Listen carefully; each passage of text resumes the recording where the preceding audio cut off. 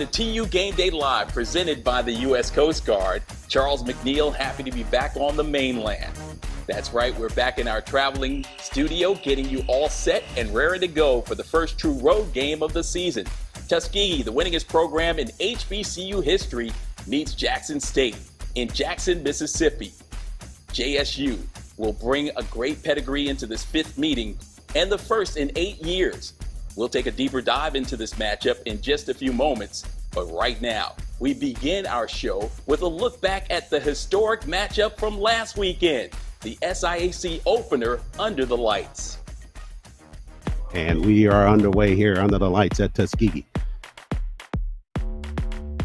Cooper in motion. Bill going to go up top. Got a one-on-one. Hall there with the catch over the shoulder. It's a leg race. Hall steps out of the defense, and he'll walk it in for the TU touchdown.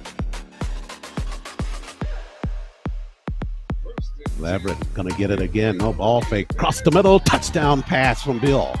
Bill faked it inside. Got it on the inside near the goal post with the catch for Tuskegee at the base of that end zone.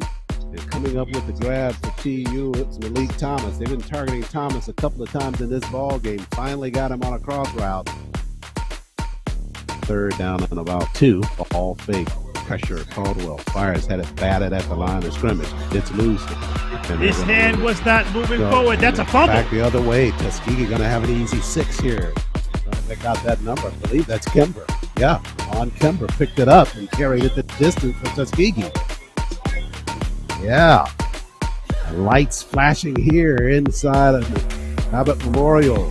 The defense been talking all week. We're actually doing the ball game too in the fourth quarter when they didn't get in the end zone either, score 3 points. So they got down to the 4-yard line, I think, in the red zone, and we stopped them. The defense, they bent, but they didn't break when they got down there. And those guys was excited, and they always talking about, the goose egg, the donuts, whatever you want to call it. But I'm real proud of that unit on that side of the ball.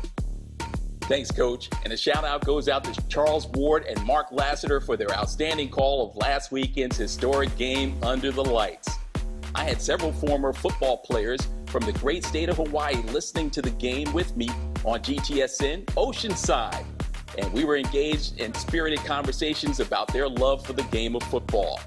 With the win over the Marauders, it gave TU an outstanding 12-5 record in their last 17 home openers. Up next, it's the Standard as TU Game Day Live continues after this word from the U.S. Coast Guard.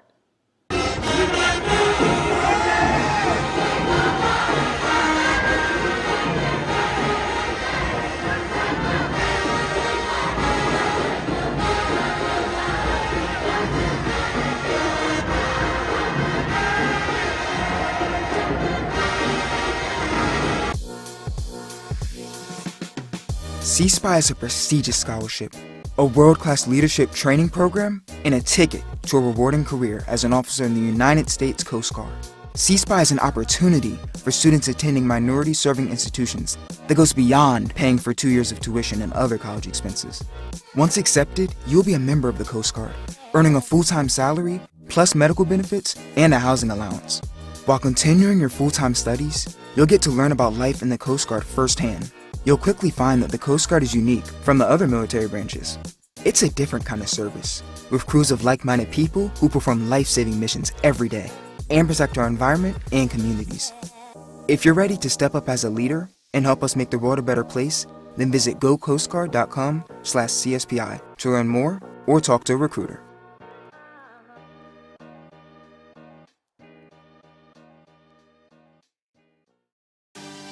This is the Standard. Tuskegee Athletics chasing excellence every day. At 2-0, the Golden Tigers are set to meet the Tigers of Jackson State 1-1 on the 2025 campaign. Let's hear from the two coaches who are both excellent friends. Coming into this upcoming week versus Jackson State, SWAC school, FCS, we're going to go in and compete. I mean, the guys are ready for it, and know they're a bigger program, but like I said, we're just going to go in and compete, and it'll be good to come out with a W.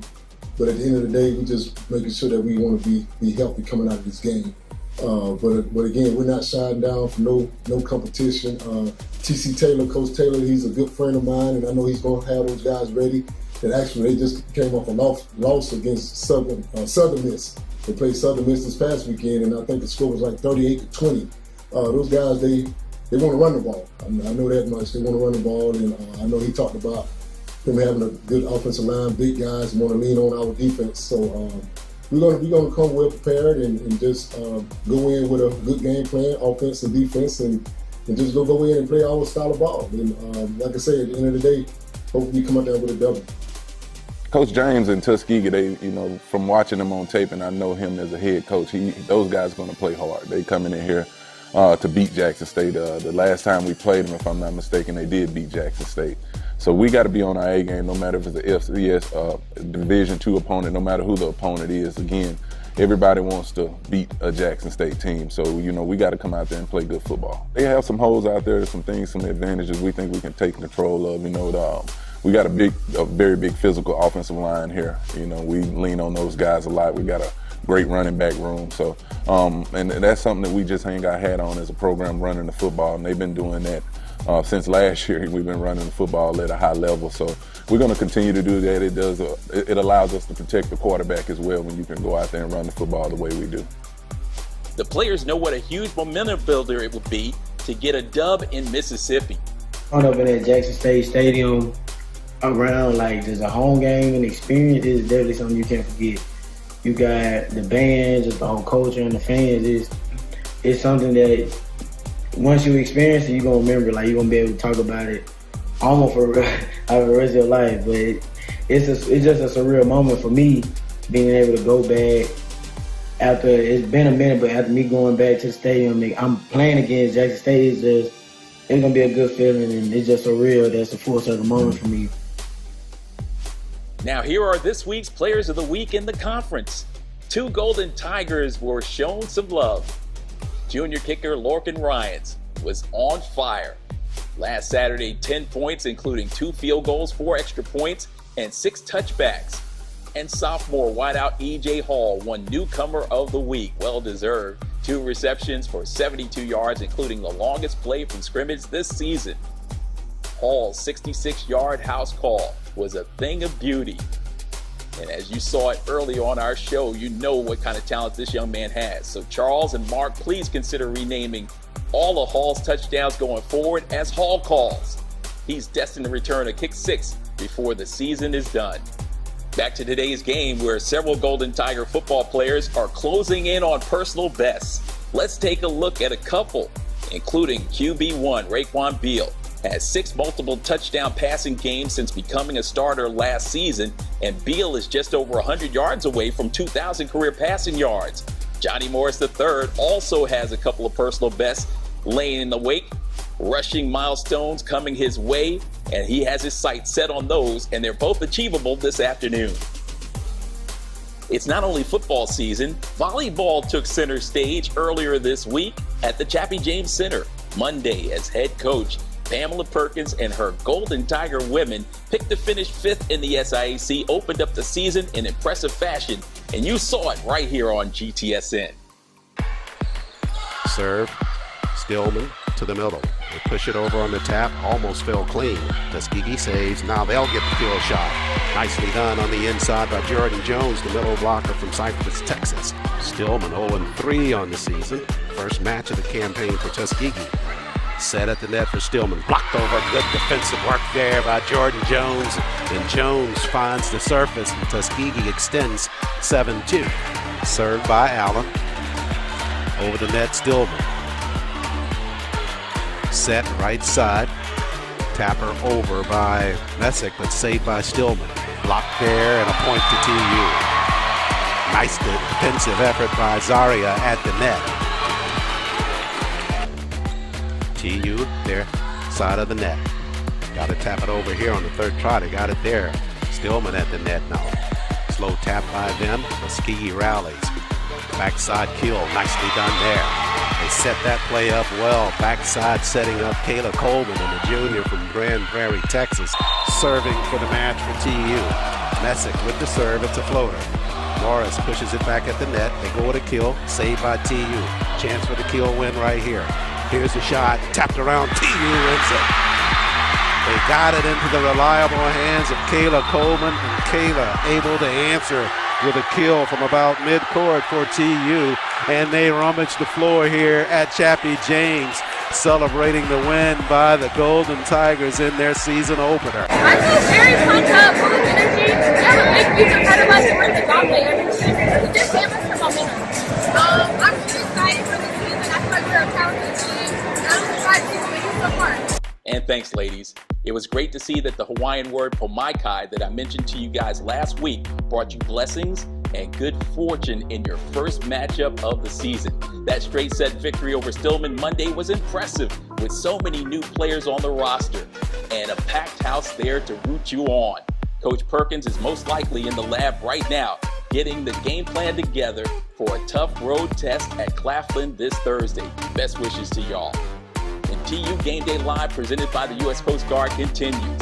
We'll go inside the vault.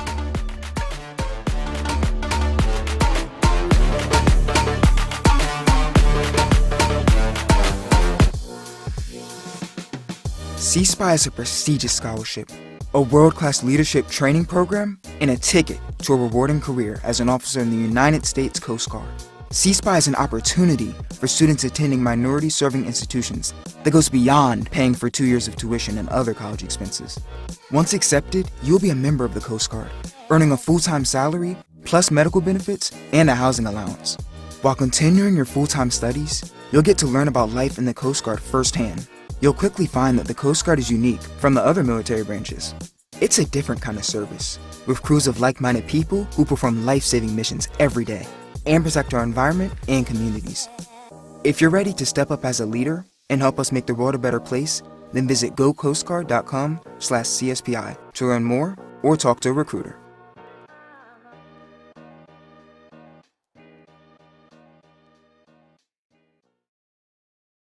With inspiration and assistance from our SIDs, both past and present, Arnold Houston and Jordan Benson, we take you inside the vault. Today marks the 5th pigskin meeting between TU and Jackson State University. The series is tied at 2 apiece. The first one dates back to 1912 when Tuskegee won it 14-0 on the road like we are today. The last time these two teams met was in 2017 as part of the 5th quarter classic in Mobile. TU quarterback Jamarcus Ezel earned MVP honors, finishing with 183 yards, and he did that through the air on 10 completions and 2 scoring strikes. He also ran 5 times for 77 yards. DeVaris Thomas won the defensive MVP as the Golden Tigers held GSU to 117 yards of total offense.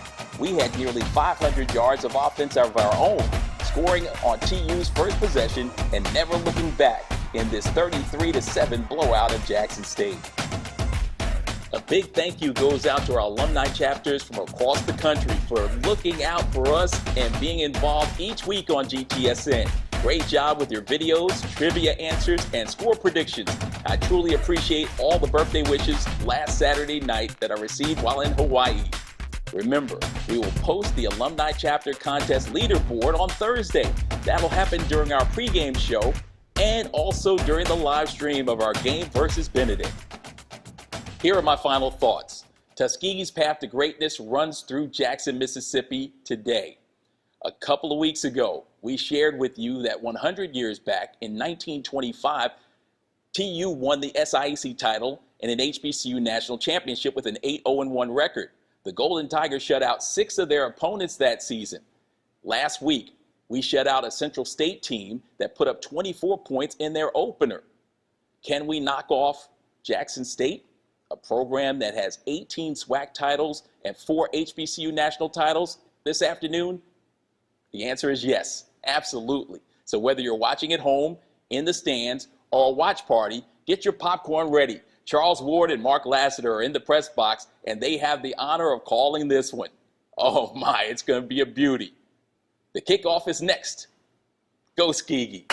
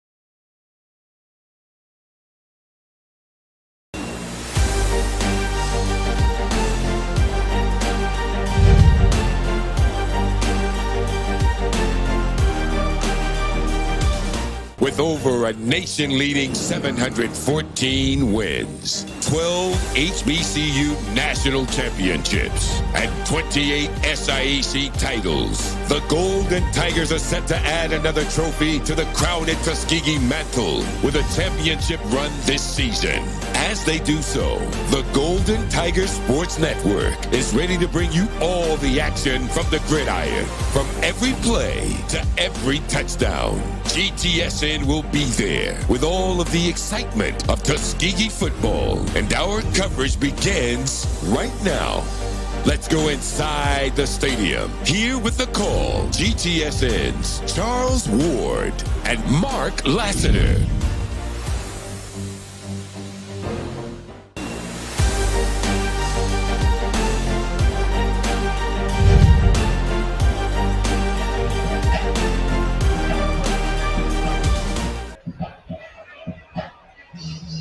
And we are live from the Mississippi Veterans Memorial Stadium in Jackson, Mississippi for Golden Tigers football on the Golden Tigers Sports Network. Thanks to Charles Mack for handling the pregame show for us, but it's football action from here now. That means I'm alongside Mark Lassiter with the call. And last, we're here at FCS versus Division II, Jackson State versus Tuskegee. Your initial thoughts? Charles, it's not quite David versus Goliath, but it's more like King Kong versus Mighty Joe Young. Jackson State comes in, admittedly, with a scholarship-heavy team. They're eligible for 63 scholarships. Tuskegee, on the other hand, only has 36 scholarships, which they can split. We'll get into that later. But this is an opportunity for Tuskegee to really get a measure of their squad against an opponent that comes in as a defending National Black College Championship team, and until last week, they'd won 11 games in a row. Indeed, you're right. It's red out day here for Jackson State at Memorial Stadium. They are actually seeing and feeling a little bit of red since that loss to Southern Mississippi last weekend, and probably bringing it into the Coliseum today. It may be red out day, but I noticed the Jackson 5, the drum majors for the Sonic Boom of the South, as soon as they finished their 27-minute procession around the field to their seats, they took off their warm-up jackets. It's 93 degrees today here at Memorial Stadium. Absolute gorgeous day here in Jackson, Mississippi, surveying the skyline. Just some clouds on the periphery, but an absolutely beautiful blue skyline here as we get set for football action. Golden Tigers of Tuskegee coming in undefeated on the 2025 campaign. Winners in the opener at the Red Tails Classic against Winston-Salem, and then under the lights last weekend over the Marauders of Central State. One additional footnote for the Jackson State home team, acting as very cordial guests. We learned that they may be sitting as many as 7 starters in this ball game. We'll keep track of who Jackson State plays as the teams line up for the opening kick. And I know you got some thoughts about that, and as you reference, we'll talk about it as the ball game unfolds. But Tuskegee will be receiving the football first to get things started here inside of this matchup with the Titans of Jackson State University. Jackson State 1-1 on the campaign, have not played SWAC competition yet. And Tuskegee 1-1 in the SIAC, 2-0 overall. Aaron James in his third year at Tuskegee. Thomas T.C. Taylor in his third year at Jackson State. And Mark, you referenced it a few minutes ago. This is the defending SWAC champs. They're getting set to kick the football away. T.C. Taylor said, we've been playing a lot of good football. That's why we were just sitting in the locker room, to be honest. They had forgotten what it felt like to lose. Jackson State wants a big payback this afternoon. It'll be Simon Naylor to kick it away. Naylor with the kick. Backpedaling near the end zone, and into the end zone it goes over the head of Jaquil Rouser, the sophomore, standing at the 2. That one over the head. TU will start from the 25. Taylor also told his team, we're done losing this year. You see, we don't want that feeling. We don't ever want that feeling again. We got to go out to prepare and practice. Winners of the title a year ago, they beat Southern in the conference championship ball game to win the title. 21st conference title for Jackson State overall with that win last year. Actually had only 19 in the SWAC, and 2 of those before they joined the SWAC in a couple of other conferences. So Tuskegee on its first possession. We'll see how they fare offensively. Raekwon Bill in at quarterback. He'll set in that shotgun set for him. Ball on the ground. They give it to Johnny Morris, and Morris runs into a wall right side of that Jackson State defense. Tuskegee got a backpedal on this first play from scrimmage. If Tuskegee is not able to establish the run, it could be a very long afternoon for Beal and his offense. They're going no huddle once again. Tuskegee will come up to the line, look to the sideline for the play call. Tuskegee has to get something going on the ground. A 3-yard loss in that first carry. Johnny Morris last weekend, 11 carries for 32 yards, scored that 1-yard touchdown run for Tuskegee, but lost about 4 on the previous play. That'll make it 2nd and 14, just underway here from Memorial Stadium. Bill going to go up top, one-on-one there toward the sideline. That one thrown behind the receiver and incomplete near the 45-yard line. Beal had a man open right about midfield. Ball once again off that off shoulder. This is a huge 3rd down call for Tuskegee on offense inside their own 25-yard line. He's trying to get it upfield to Jermaine Hardy Jr., the sophomore from Orlando, but the pass thrown slightly behind, so they'll bring up 3rd down for TU from their own 22-yard line. 4 up front for Jackson State. They're dressed in the blue jerseys, blue trunks, numbers in white with the blue helmets. Tuskegee going left to right in this first quarter of play. Snap to Bill. Looks to his right, fires underneath, got a man near the sideline, but overshoots the pass near the 32-yard line. Would have been short of the first down marker, but he was trying to get it out there in the flats to Rashad Wilson Jr. Wilson was running an out pattern right about the 32-yard line. If he makes the catch, he appears to come up a little bit short, but here comes an opportunity for Tuskegee's, whose special teams have been outstanding so far. Got to get an excellent punt on this next play. Caleb Brent, the freshman from Australia, set to kick it away for Tuskegee. And back deep for the Tigers of Jabari Jones.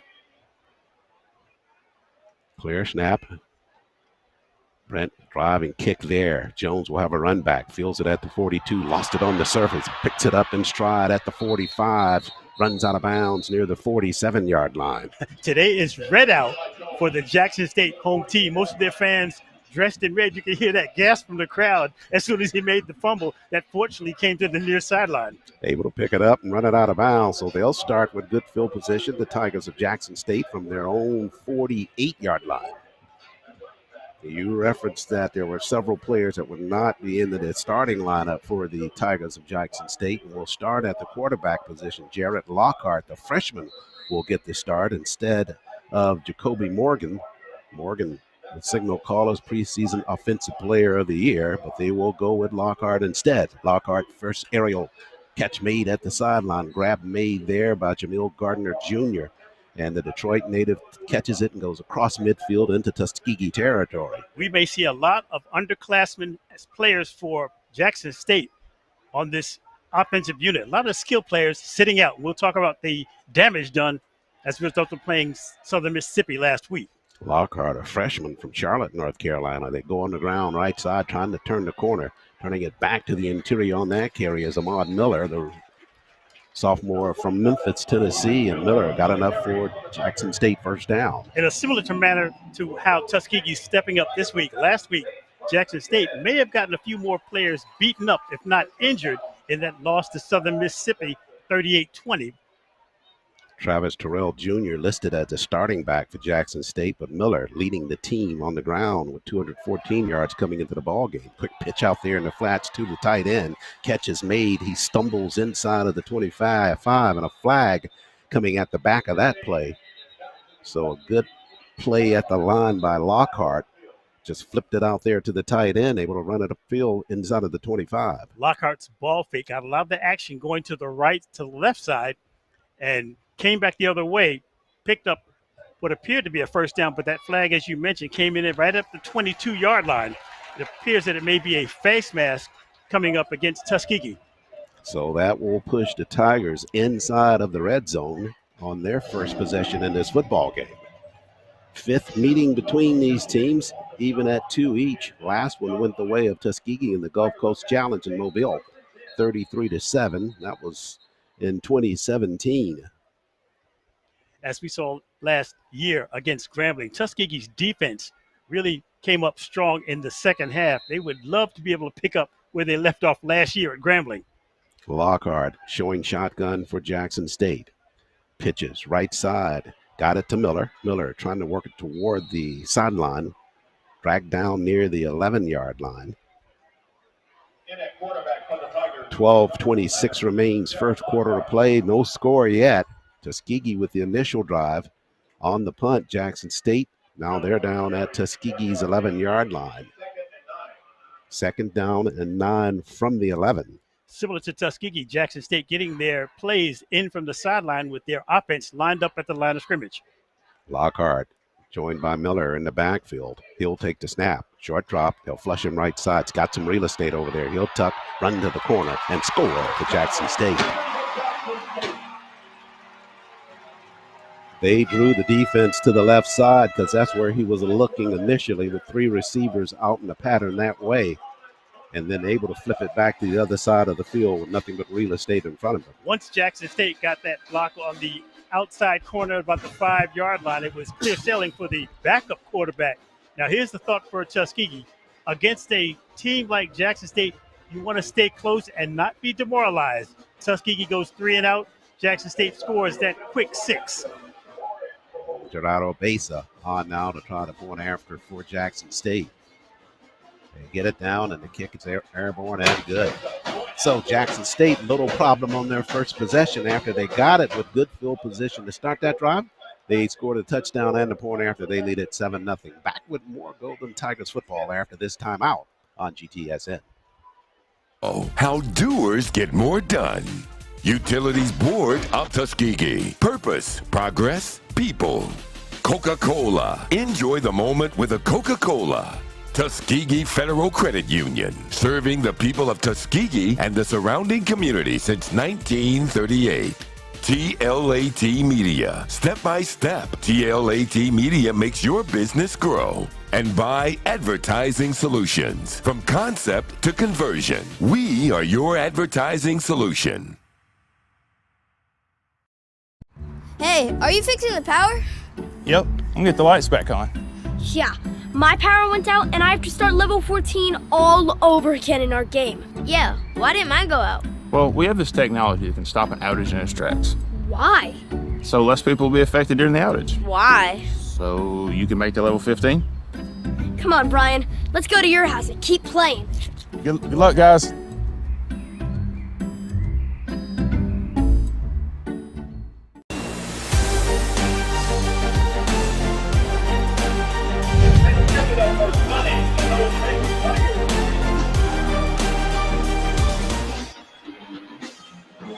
And welcome back, everybody. We're live from Mississippi Veterans Memorial Stadium in Jackson, Mississippi.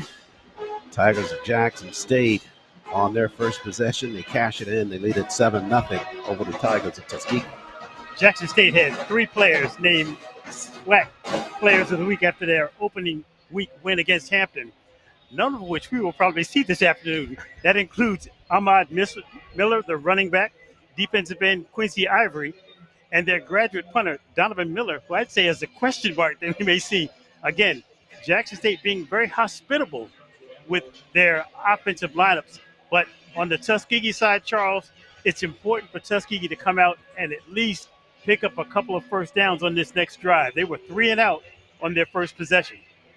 They'll have the football when play gets set to resume. I want to thank Damian Terry with the Sports Information Department here at Jackson State University for kind of getting us straight and giving us a heads up about these players that would not be in their lineup in this ball game. We don't anticipate that they will. I like the fact that you caught the fact that the starting quarterback was not warming up during pregame. We were looking for number 15. You didn't spot him. I figured he was signing autographs someplace. Sure. But he's in the building, but he's not suited up so far. So Jackson State, Naylor will kick it. We'll have a return this time. Over the shoulder catch by Rouser. Rouser at the 20. Got a little space there. Rouser spins, knocked down in his tracks at the 25. Took a hard lick there. But Rouser hangs on to the football, and TU will start from the 25. Rouser got spun around, got a rise from the Jackson State crowd on the near sideline where we are on the home side. Tuskegee's offense is huddled up on the far sideline now. They're getting the play call on the sideline, which is unusual for them. They'll come in after the exchange of the football. Tuskegee went over Central State last weekend, 295 yards of total offense. Bill, 15 of 25, 226 of those yards in the air. He'll take the snap, flips it out in the flats, catch made there, work toward the sideline. Nice step there and up near the first down marker at the 36-yard line. I like what Tuskegee did on that series. Got the play call on the sideline, came in, made the play call. There was no hesitation. Beal with an accurate throw to the sideline for Tuskegee's first down. E.J. Hall on the receiving end of that pass from Bill. It'll be important to get Hall involved in the offense, the newcomer of the week in the SIAC last weekend. 2 catches, 72 yards. You heard Charles McNeil refer to that in the pregame show. Rolling right side, Bill fires to the back to the interior, but threw it behind Hall on a crossing route. That snap caught Bill by surprise. On the snap, Bill caught that ball in his stomach, and as a result was off rhythm. The throw to an open receiver about 10 yards downfield should have been more accurate. You know, one of the things you got to be careful what you ask for, because we've been talking about this all season long, that we like to see them go a little bit quicker on the snap, but we want everybody to at least be ready for it, though. Well, Tuskegee now looking to the sideline for the play call. Beal, as you mentioned, has got to be alert if they're going to go quicker than normal. 2nd down and 10 after the incomplete pass across the middle. Trying to get it to Hall on that pass. They go on the ground. Morris looking for room left side, steps into the interior, but that closes pretty quickly by Jackson State on the right side of their defense. We talked about Beal on the drive down. Just to remind our listeners, Beal, the quarterback for Tuskegee, is 6'5", 225. If he does a better job of being decisive off his ball fakes, might be an effective runner. 3rd down and 11 for Tuskegee after the run by Morris. 3 receivers to the right of Bill. TU going left to right in this first quarter of play. White trunks, white jerseys, crimson numerals, crimson helmet. Snap to Bill as high by the handles. Across the middle, going up top now. Got a man slightly behind the defense. Pass goes incomplete, trying to get it downfield once again to Jermaine Hardy Jr. Same route as before, just can't execute it at the sideline. Nothing fancy to Hardy. He was turning back for the ball about the 30-yard line of Jackson State, but the ball was to his outside shoulder. Really difficult to make a play on it, and Tuskegee will go into punt formation once again. Jabari Jones will stand deep, and Caleb Brent will kick it away for TU. Jones with a little bit of a bobble on the last punt return. Able to pick it up off of the carpet, though.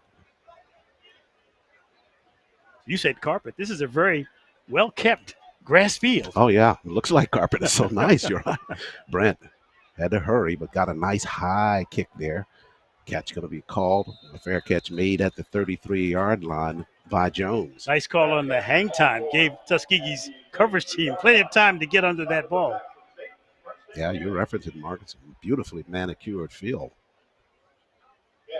Home facility for the Tigers of Jackson State University. There were some rumblings about Jackson State building a new stadium on campus, but the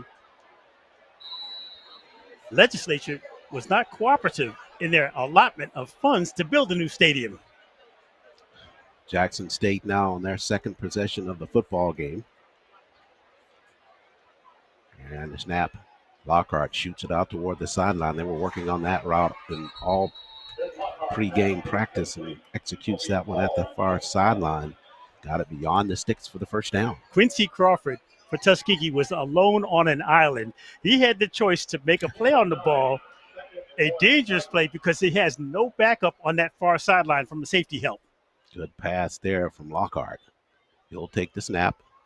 Going right side on the ground. Flag tossed in there. They run it up near midfield, and the pack pushing just a bit there.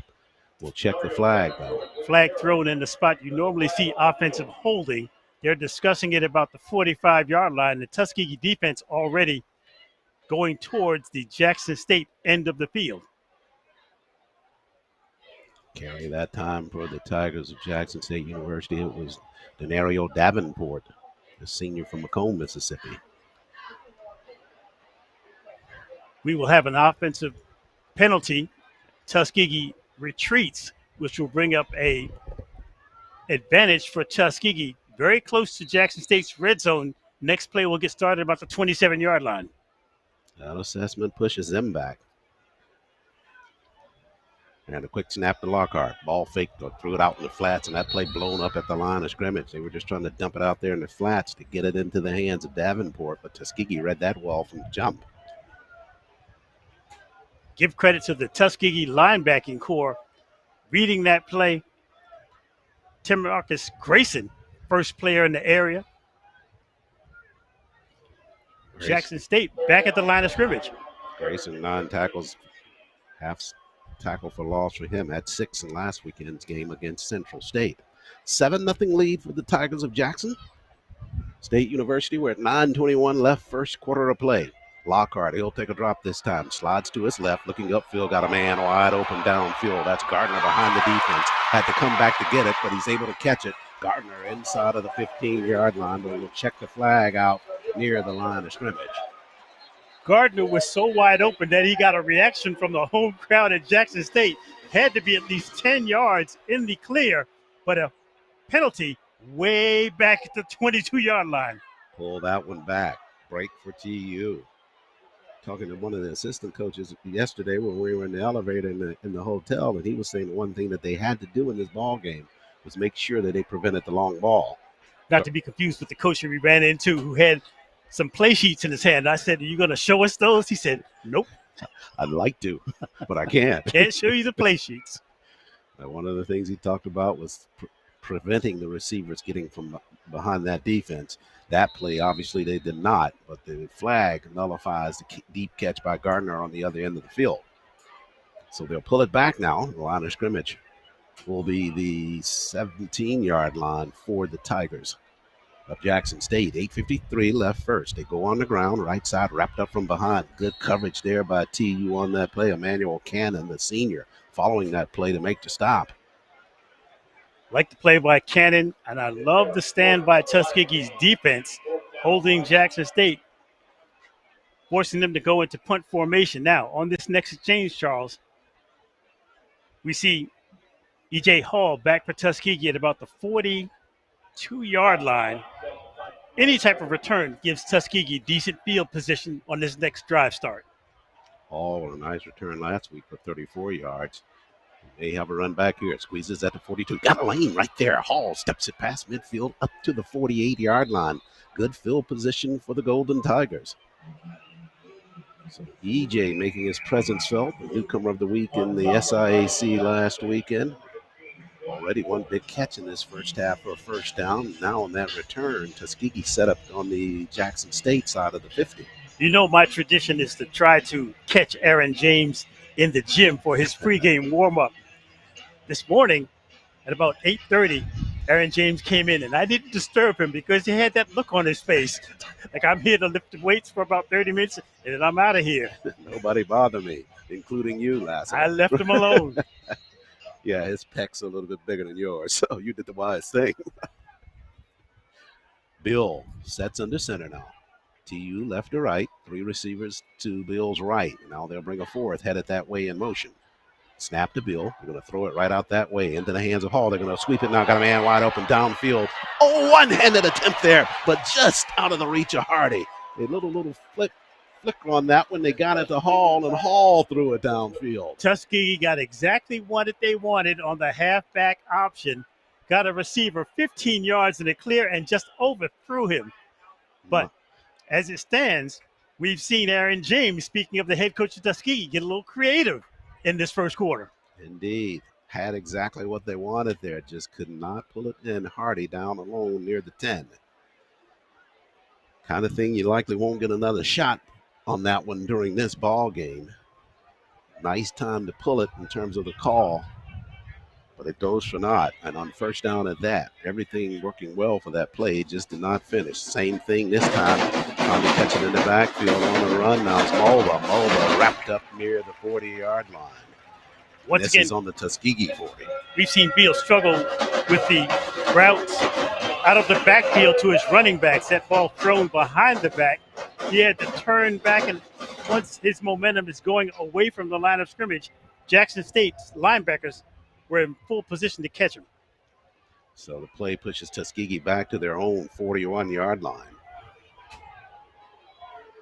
Coming out of that formation from before where the halfback threw it downfield, did the same thing with Jackson State, was on top of it. On the run that time by TU. Bill in the pocket, feels the pressure, dumps it underneath. Wow, what a hit there. Catch made coming out of the backfield, wrapped up right in his tracks. Jackson State right on top of it. Had Beal kept his eyes up, he had E.J. Hall sprinting hoping at the 30-yard line, not a defender within 10 yards of him. Pass was to Rouser. Rouser took a wicked hit right as he caught the football. That'll force Tuskegee to come on to punt the football away. E.J. Hall got a pat on the helmet from Shaquille Malone, as if to say, I understand, I feel your pain. So it'll be Jones back deep for Jackson State to receive as Cullum gets set to punt it away. Tried to turn it over, couldn't there. It'll bounce at the 30. Sidewinder goes toward the sideline. Touched by Tuskegee, so Jackson State will have it near the 30 to start this drive. They lead it 7-0 with 6:20 remaining first quarter. Would Tuskegee love to have that halfback option pass back to run again? Would they ever? Yeah, you may only get that one opportunity, and just out of the fingertips reach of Hardy down the field. Set up very well. They had Jackson State biting for sure. But you can tell the sequence of plays that Tuskegee was running. Beal, the quarterback, doing an excellent job on the ball fakes. Had what they wanted, just not able to score. But with 6:20 remaining in this first quarter, Tuskegee is doing what they set out to do, and that is to stay close in this ball game. Right now, trailing 7-0. Right now, chance for us to thank one of our new sponsors coming on this week on the Golden Tiger Sports Network. Gray, Langford, Sapp, McGowan, Gray, and Nathanson. If that sounds like a law firm, it is. Attorneys at law located in the square in downtown Tuskegee, Alabama. Glad to have them on as a sponsor. Whether personal injury, wrongful death, civil rights, real estate, or probate situation, they're your hometown legal team. Give them a call, 334-727-4830. Tuskegee, as your reference mark, playing close here with 6:20 remaining. And boy, you just would think what the reflection of this ball game would have been had they been able to connect on that flea flicker down the field. As it stands, the Tuskegee defense now with Jared Lockhart, backup quarterback for Jackson State, warming up right below us. Their defense has the pressure on them to see if they can hold Jackson State once again as they did on the previous sequence. A chance for us to throw out our first trivia contest for the Alumni Chapter Challenge.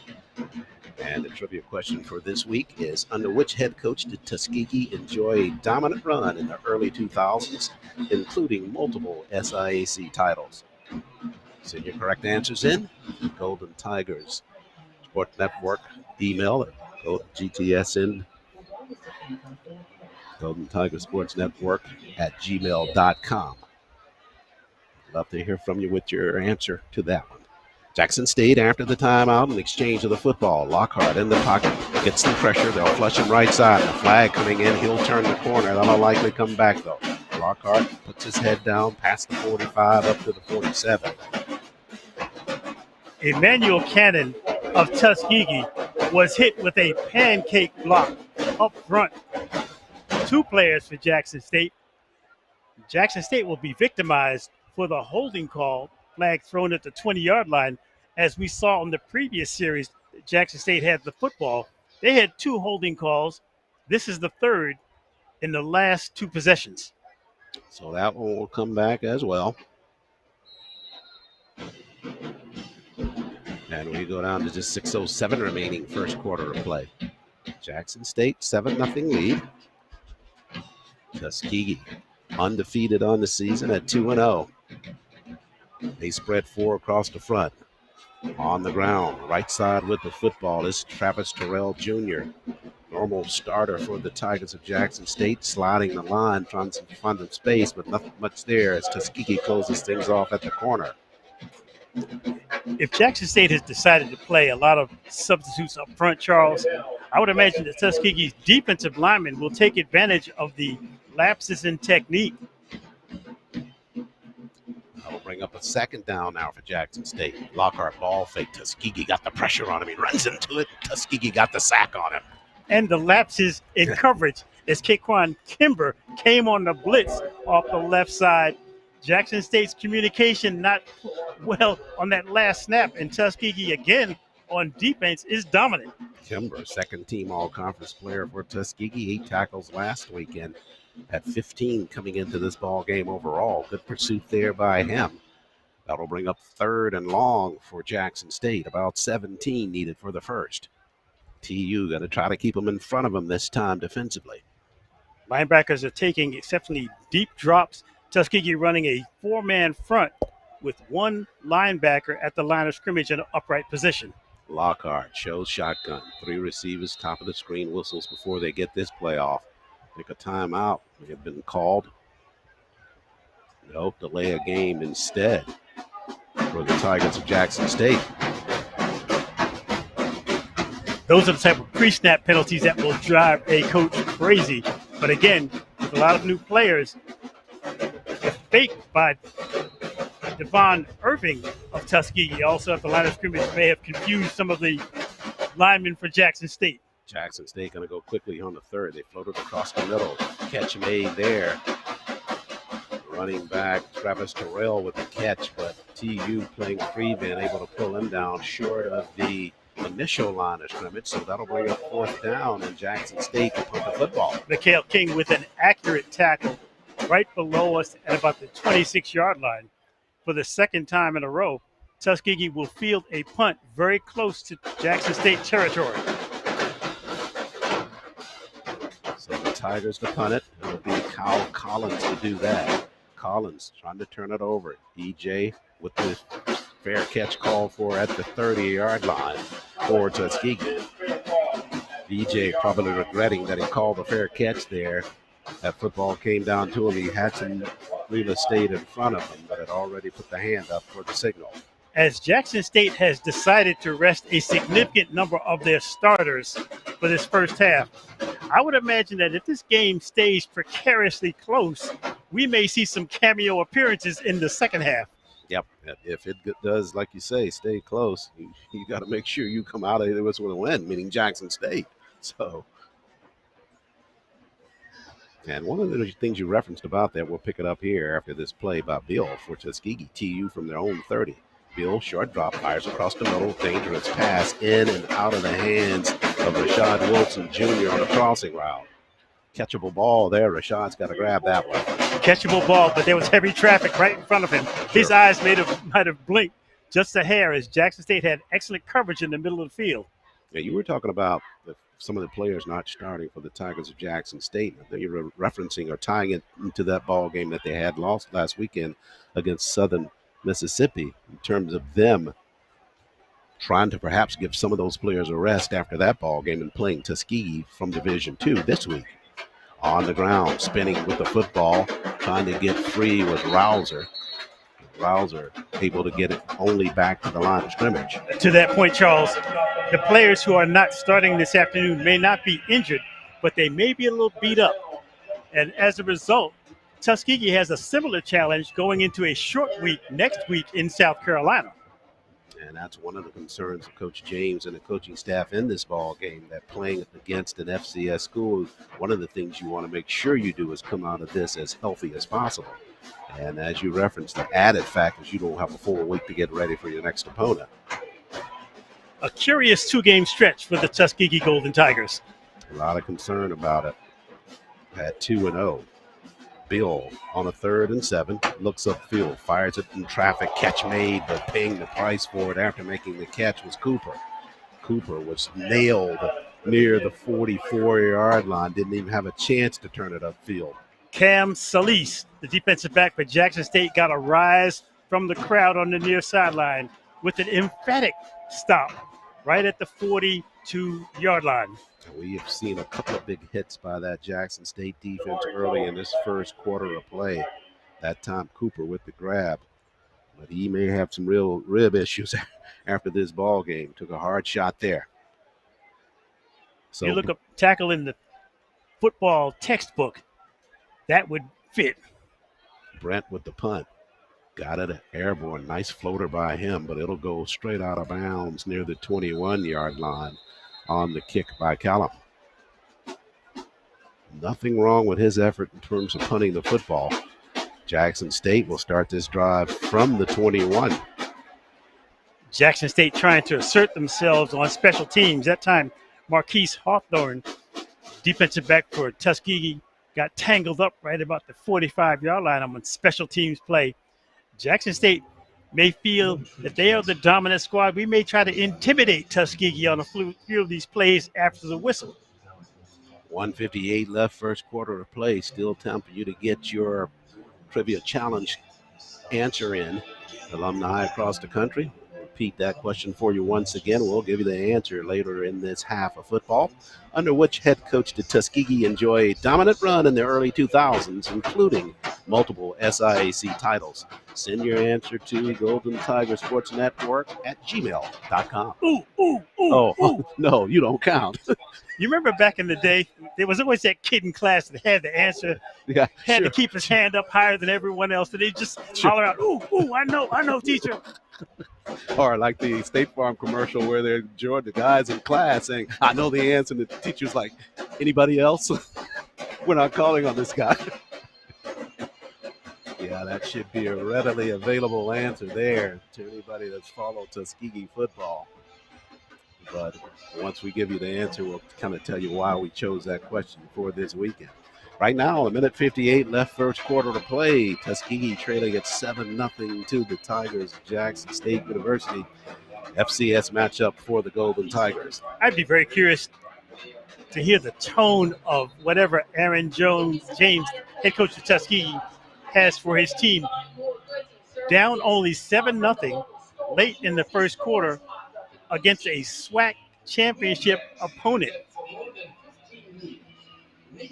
Well, talking to him during the course of the week, he's got great respect for T.C. Taylor. They're very good friends, and he respects this program, as does everybody at Tuskegee, and that goes for Jackson State respecting Tuskegee as well, because there's a real tie between these two programs, and we'll talk about that one after this play from Jackson State. On the punt, they got it from the own 23.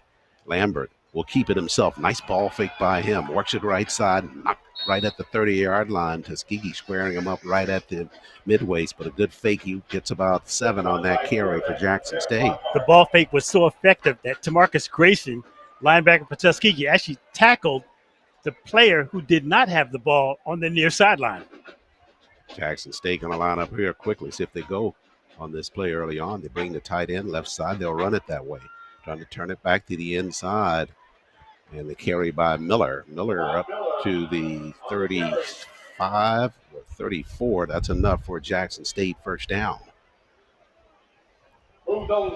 They went quickly on that play.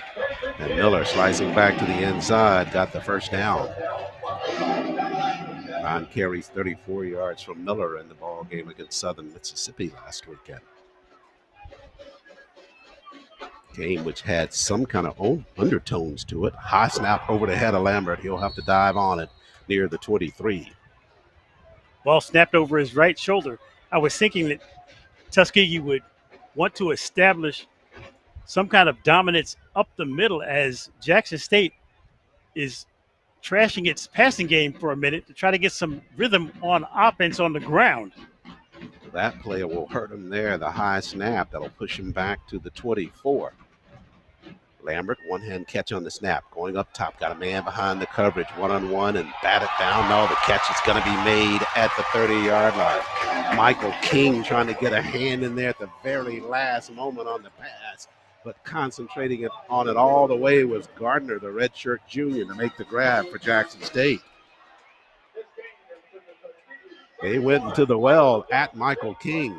Michael trying to make up some ground on that. Jackson State going quickly now. They got a double screen out there, top of the screen. Got it to the man behind the blockers, and that was Kobe Paul, and Paul runs it inside the 20. Just when I was thinking Jackson State would go conservative, they come back-to-back with two pass plays, second of which had a chance of breaking open for a touchdown on that far sideline with two blockers out front.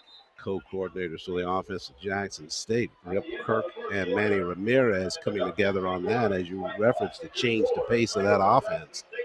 And we've come to the end of the first quarter here at Mississippi Veterans Memorial Stadium, and it comes to an end with Jackson State leading the Golden Tigers of Tuskegee 7-0. We'll be back after the switchover on GTSN.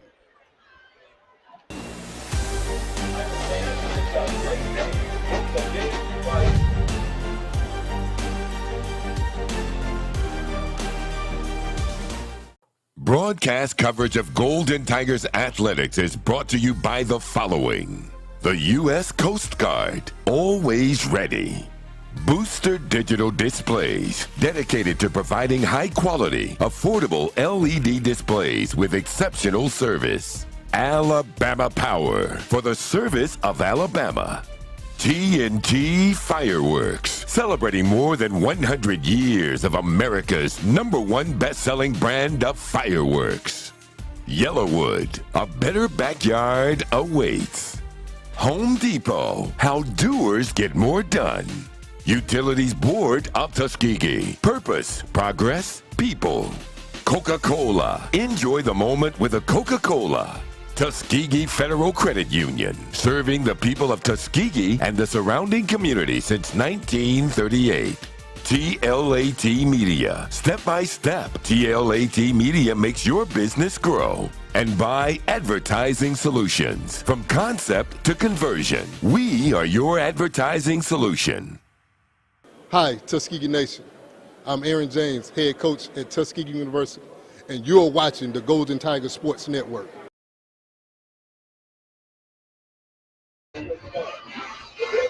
7-0 lead for the Tigers of Jackson State over the Golden Tigers of Tuskegee as we get set to head into the second quarter of play. Quick reminder that the Tuskegee Federal Credit Union, proud supporter of the Golden Tigers Sports Network, serving the people of Macon County and the surrounding area since 1938 when it first opened at Tuskegee Institute.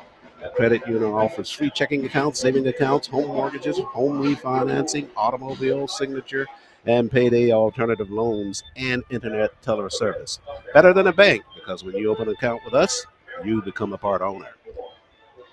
Glad to have them aboard as a sponsor. Second quarter action. Charles Ward, Mark Lasker with the play call. Last 7-0 game, although Tuskegee trailing, still kind of within the confines of what they wanted early on. Playing a team like Jackson State, however, Charles, is a little bit like playing with matches. You don't want to have that spark that has them catch fire.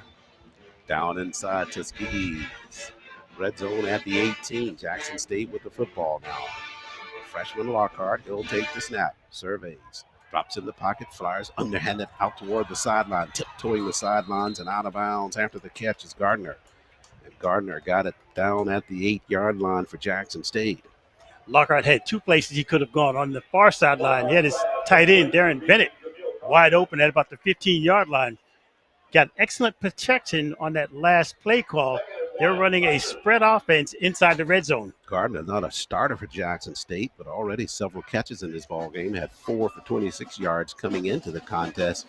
Probably equal to that, the number of catches already and yards exceeded. On the ground, they keep it, sliding back to the inside. Nice wall up front by TU, but sliding to the right. Jackson State got it down near the 5. Jackson State did something very subtle on that last snap, Charles. Right before the snap, they brought one of their tight ends into the line of scrimmage, trying to load up the left side and out-manning Tuskegee. Carried by Ahmad Miller for them, a redshirt sophomore. 2nd and goal to go now for Jackson State from the 6. Lambert in about a half pistol there, joined by Miller in the backfield. Now they tighten things up at the line of scrimmage. Ball fake, busted play there, but a good fake there by Lambert. And I think they knocked him into the end zone. Yeah, they did. So Jackson State scores on what it looked like a busted play. Thought he was going to give it to Miller, but he decided at the last minute to keep it. Lambert had enough forward momentum, and there was enough space where he literally fell forward into the end zone in traffic. So Jackson State makes quick work of that drive to start the second quarter here from Mississippi Veterans Memorial Stadium, as Lambert runs it in from 6. Beza for the point after.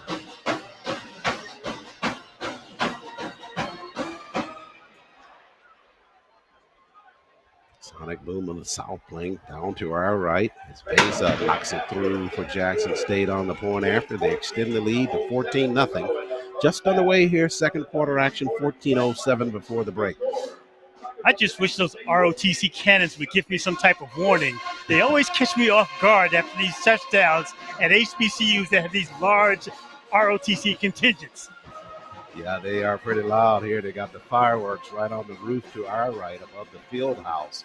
And you can see them going off right up there as these scores take place. Another touch I've noticed, Charles, this is the first time I've seen a timeout clock on the field for the television timeout. Really appreciate it because it gives us an exact idea of how much time we have. Nice ball. James Crenshaw handling the production for the SWAC TV down to our right. You can always count on Crenshaw to be innovative in terms of increasing the production values. That's a nice one there. Tuskegee got to increase the offensive production so far for them in this first half of play. They've given up 2 scores, but the offense has not been able to effectively move that football very much. That coach we ran into on the elevator last night said 2 things: stop the run and prevent the deep pass. So far, Tuskegee's done a decent job of stopping the run, but on the deep pass, not so much. Jackson State on that last drive made the long connection that set up the second touchdown. And notably, as you referenced in the timeout, they went to the toughest defender for Tuskegee, Michael King, on that play down the field. Gardner had a step on him. Michael covered some of the distance, tried to bat the football away at the very last moment, but couldn't get the hand in there. Unfortunately for Tuskegee, Jackson State is thinking, we're SWAC champions. We don't care who you're going to line up against us. We're going to do what we do. And on that last drive, they went at Tuskegee, one of Tuskegee's best defenders in King. Come away with a touchdown earlier here in the second quarter to lead at 14-0. Tuskegee here on the road in Mississippi. Back on the road next weekend up in Columbia, South Carolina. When Benedict, we'll meet Benedict on Thursday night. We'll have the coverage for you here on GTSN. And then the week after that, it's Military Appreciation Day on the campus of Tuskegee University. We'll talk more about that as the next week unfolds and the kind of activities on store for you for that weekend celebration on Friday and Saturday in Tuskegee, with all the community coming together, City of Tuskegee and the university. Activities at Moulton Field on Friday, and then, of course, the ball game on Saturday. 14-0, Jackson State set to kick it. TU will have a run back here. It'll be fielded by Cooper. Cooper shorts out of the field, steps to the sideline, bounced out of bounds. Thinking he had stepped out of bounds. Check the flag out, maybe a late hit there, but Devin stepped out at about the 25. Nice touch by the Sonic Boom of the South, playing the theme music from Coming to America. Oh, that's what I heard in the background. Yeah. The Tuskegee's got to be thinking, what do we have to do as we're coming to Jackson, Mississippi to score some points? Yeah, I was just kind of doing some work at my desk at home sometime late last week and just flipped across channel 2 and Coming to America was on the screen. Well, here's the contrast for Tuskegee. 13 offensive plays, 8 yards. Jackson State, 16 plays, 127 yards. Yeah, big contrast. The assessment went against Jackson State. Was a late infraction there after Cooper had gone out of bounds. So they'll move the football up to the 40-yard line. So Tuskegee will see if they can't capitalize on this field position. The wind starting to pick up just a bit here, swirling inside of the stadium. On the ground, TU runs it, sliding to the right, got it up near the 45-yard line. Good run there on the interior by TU. Another footnote, Jackson State had 103 passing yards in that first quarter compared with 8 for Tuskegee. If Tuskegee has any thoughts of winning this ball game, they've got to be able to make a few hits on third down conversions. Raekwon Bill coming into this ball game to join the 2,000-yard career passing club at Tuskegee, needing only 14 yards to do that. Came in with 1,887 before this ball game starts, so likely to exceed that, but he'd like to exceed it at a winning cause. Snap to Bill, quick pitch out in the flats now. Morris got the football, knocked one, spins back to the interior, got it past the 45 near the 46-yard line. A few players down on the field for Jackson State signaling that there might have been a fumble on that play.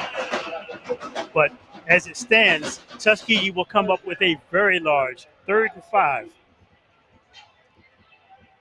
Football at the 46-yard line at the right hash mark as Tuskegee goes right to left in this second quarter of play. TU 0-4 on third down conversions in this football game so far. Bill, he'll line up in the shotgun. Splits either side. 4 up front for Jackson State. Now they bring a linebacker out in the flats. Catch made there at the corner. They got Hardy. Hardy finally with the reception. Pushed out of bounds to the 45. Tuskegee with a third down conversion, and they'll move to 6 to the 45. Beal had enough steam on that last pass to get the ball to Hardy, who was about 3 yards inside the hash mark. It's about a 25-yard throw for the first down. You only needed 5. You got about 7. So they'll mark it at the 44. Bill, offset eye to his right in shotgun. He'll take the snap. Lead backer goes in there with a block, and following there into the hole was Morris, but I exaggerate, there was not much of a hole there. Closed up quickly in the backfield by Jackson State. Big number 99, Wayne Patterson, but Jackson State was first man to the point of attack. It's about a 3.5-yard loss for the Golden Tigers.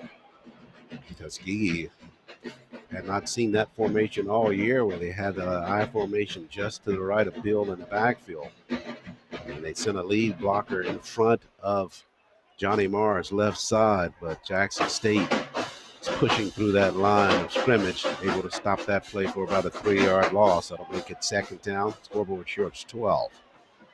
We're at 11:43 left. Bill, quick hit across the middle. Good catch there by E.J. Hall. Hall squeezes it, goes down near the 37, wrapped up there, about 2 yards shy of the marker. A man down for Jackson State right before that last play.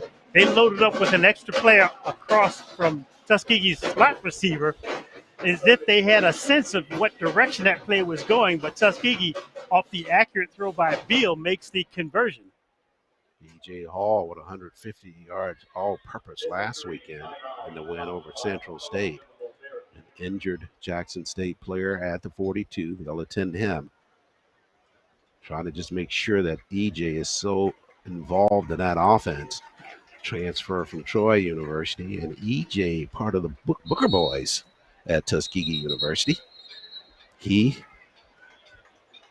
Michael King, Hayden Glover, and Javian Uhuru, all from Booker T. Washington High School at Tuskegee University, and now part of Tuskegee's football program. Once again for Tuskegee, another 3rd and 3 call. Would be nice to pick this up. They picked up the last 3rd and 5 on a pass play. Come to the line of scrimmage, which is the 37. Extended eye this time to the left of Bill, as Rouser joins Morris in the backfield. Now they send Rouser out on a Motion. Morris slides on the handoff right side. Good hard step by Johnny. He's got enough for the Tuskegee first down near the 33-yard line. Credit head coach Aaron James of Tuskegee for the perfect play call as Jackson State had loaded up the right side of the defense. There was a gap where their linebacker was playing off the line of scrimmage on that side where the play was being run. Tuskegee picks up the first down. And they started the extended eye to the left that time and sent the man in motion, pulling the defense further that way. They run it back right side. Good call there by OC Harry Williams and head coach Aaron James to get that first down. Line of scrimmage now, the 33. Beal whistles at the line of scrimmage. Jackson State pointing for illegal motion by Tuskegee. Tuskegee pointing the other way at Jackson State for encroachment. Just cannot have the slightest thing go wrong when you're trying to string together a drive and you're trailing by 2 touchdowns. Sometimes the penalty can be that thing to get you off track. Coming into this ball game, Charles, I was thinking that 2 things Tuskegee had to do. They had any thoughts of winning. 1, no turnovers.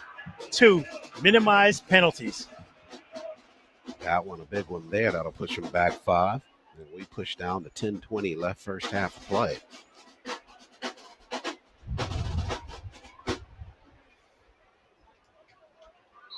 Back to the 37-yard line now. Tuskegee got to come away with something on this drive. They show that I formation to Bill's left. 3 up front for Jackson State, now a 4th. Bill getting pressure, dumps it, and threw it out of bounds. Bill recognized the pressure, couldn't get the football down the field, got it to the sideline for the incompletion. You know, I love your optimism, but I think Tuskegee is about 20 yards away from thinking that they're in scoring position. Bill was backpedaling on that last play, and you can see there was a bit of confusion on where he really wanted to intend that pass. Now, as it stands, a 2nd and 15. The next 2 play calls for Tuskegee are huge. Could not agree with you more.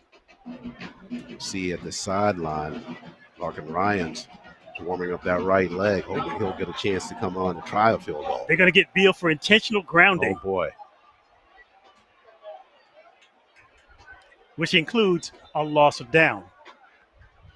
Aaron James at the sideline, just furious with that call. And Beal, arms extended, pleading his case to the officials.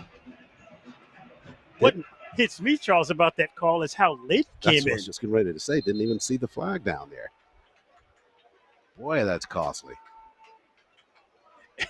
Coach Aaron James understands that every last detail in this ball game is vitally important. That intentional grounding now will bring up a 3rd and 15 for Tuskegee.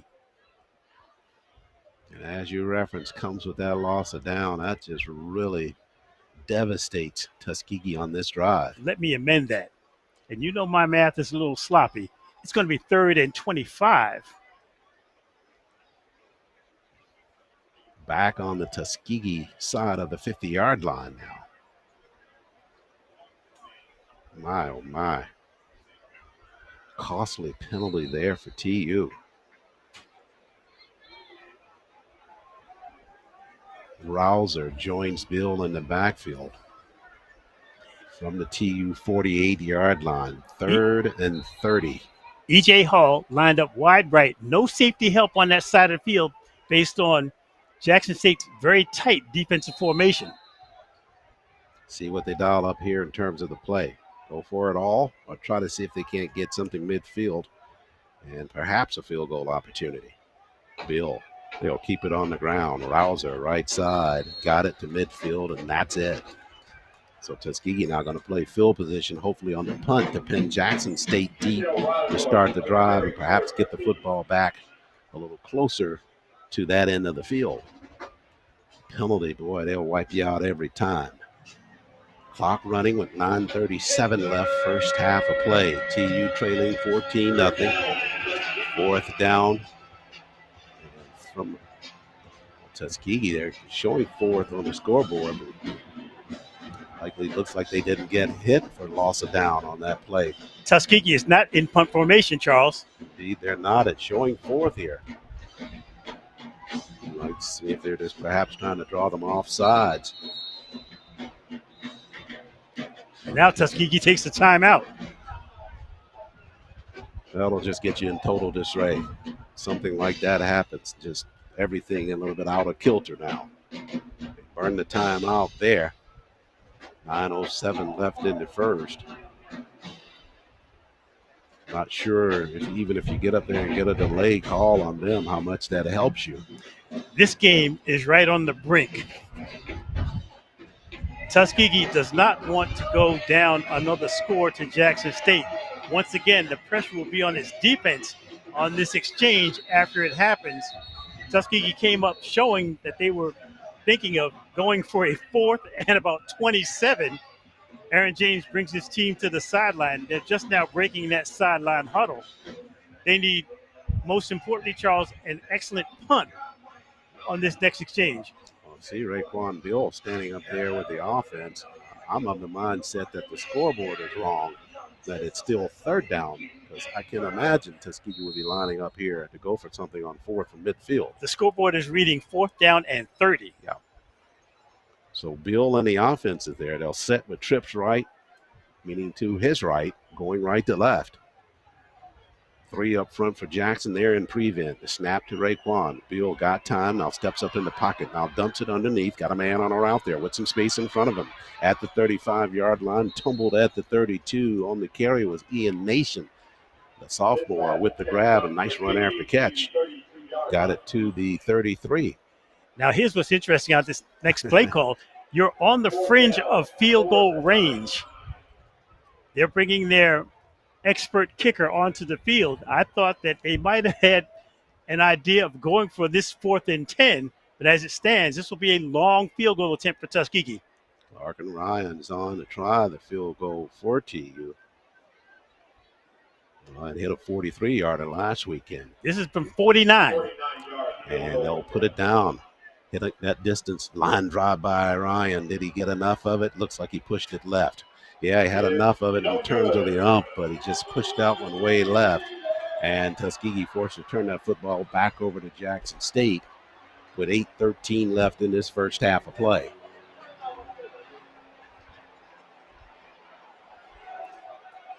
Officials I think there was a timeout taken, indicating it was Tuskegee that took the timeout. So with a break in the action at 8:13 remaining in this first half of play, Jackson State leading it 14-0. Mark, you were talking about it a little while ago. Had your hand up at the back of the class saying, ooh, ooh, ooh, I know the answer. We're going to give this question to you again, and you can share it with the Alumni Nation for Tuskegee. And we'll let you know, we'll find out who got the right answer for them. But we'll repeat the question and get your answer first. Under which head coach did Tuskegee enjoy a dominant run in the early 2000s, including multiple SIAC titles? Mr. Lassie. Is this the same head coach that we had the pleasure and the honor of meeting with in person in his office at Tuskegee? It is. Well, I mean, that's, I don't know how much you've eliminated so far now. Okay. His name is right on the tip of my tongue. Okay.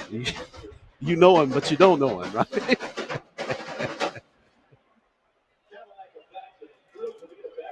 Head coach Willie Slater. Oh, see there? Yeah, you're just playing with Thanks us, for the right? assist. Yeah, there you go. Got your M&Ms over here, just at the back of the class, just hogging the M&Ms and getting all the right answers. Teacher's pet, right? Yeah, it was Willie Slater, the legendary Willie Slater, coach from 2006 to 2021. During that time, led Tuskegee to 5 SIAC titles and 7 Division II playoff appearances. And Slater, an avid tennis player as well, Mark Lassiter, and lives in Douglasville, so we got to get out and get him involved. Got to get him out there. But, you know, Willie Slater was a no-nonsense coach. Sure. Limited words, too. He didn't talk very much. We could have been in that office with him for 30 minutes and then gotten 3 words out. There are 2 types of coaches. There are those coaches that love the media. They love the attention. They're very sociable. Willie Slater was the complete opposite. He was an old school coach in the true sense of the word. Sure. Did not give up very much at all, facial expressions included. But a real nice guy when you got past that interior, or that exterior, if you will. 14-0, Jackson State taking the football back over with 8:13 remaining first half. Give it off on the handoff on the inside. Spinning ahead with the football is Denario Davenport. Davenport got it up to the 35-yard line on the carry. With the clock running under 8 minutes to go in this first half, we talked about this idea of staying close. Once again, Tuskegee's defense has the challenge of holding Jackson State out of the end zone. No huddle for Jackson State. Quick pitch. They come right side. Good open field tackle there by Kawan Kimber coming up from that linebacking spot. Kimber from the opposite side of the field, showing closing speed to not only get to the running back, but make the tackle in the open field. Nice call on that because he did have to traverse the entire field to get over there. 3rd down and 10. Tuskegee would like nothing more than a quick 3 and out by Jackson State, but whistles at the line of scrimmage. Timeout taken by the Tigers of Jackson State before that snap. They tried to hurry that play from the line, but they got a timeout. Didn't like what they saw there. Jackson State leads at 14-0 over the Golden Tigers of Tuskegee. More football just ahead here on GTSN.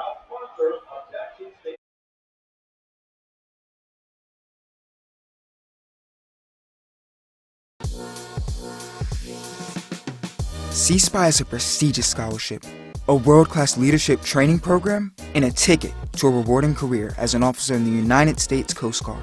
C-SPY is an opportunity for students attending minority-serving institutions that goes beyond paying for 2 years of tuition and other college expenses. Once accepted, you'll be a member of the Coast Guard, earning a full-time salary, plus medical benefits and a housing allowance. While continuing your full-time studies, you'll get to learn about life in the Coast Guard firsthand. You'll quickly find that the Coast Guard is unique from the other military branches. It's a different kind of service, with crews of like-minded people who perform life-saving missions every day and protect our environment and communities.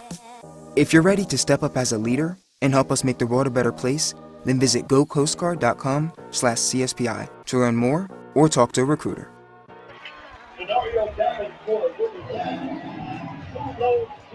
Quick timeout here at Veterans Memorial Stadium. While you were away on that play previous, Jackson State had Lockhart scrambling to try and find some space. Finally found a receiver, which is Davenport, coming out of the backfield. He made the catch and got it all the way up to the 44-yard line. So Jackson State picks up a first down. They'll keep it on the ground again.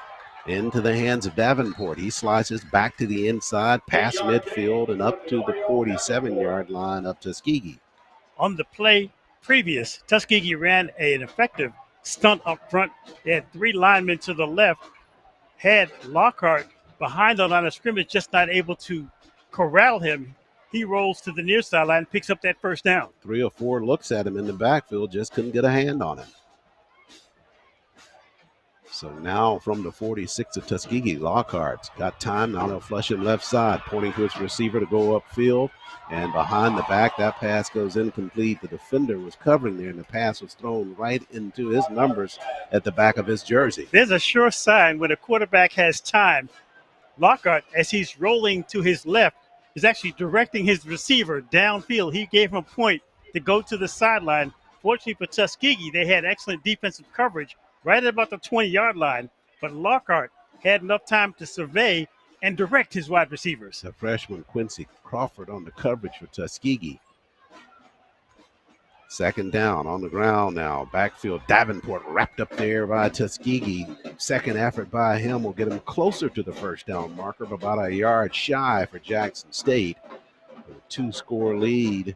5:40 remaining in this first half. You know they're likely going to go for it here on the Tuskegee end of the field. Credit to Yusef Shah, the linebacker for Tuskegee, defensive lineman, I should say, on his pursuit all the way to the near sideline to be the first man in on that tackle. That Tuskegee defense with his hands on his hips now. You referenced that in the pregame, that it is hot down there. 93 degrees at kickoff. And Tuskegee's defense has been out there a good amount of time in this first half. Big 3rd down play here for Jackson State. From the 46 of TU, 3rd and 1. TU packing the box with 5. They got some good pursuit up front, but breaking the contain at the line of scrimmage is Davenport, left side. Spins and falls ahead to the 41. That's good enough for the Jackson State first down. This drive is taking on the personality of one of those wear-down drives in the heat. Tuskegee's defense doing an excellent job of pursuing, but all it takes is one blown assignment, and you can see a big play. Almost had it there on that last play. They were heavy on the pursuit up front. Jackson State found some room for the first down run. Lockhart lines up in shotgun. They pull the tight end in motion to the right side. Ball fake and a whistle at the line of scrimmage. I think we had a timeout taken by the Tigers of Jackson State.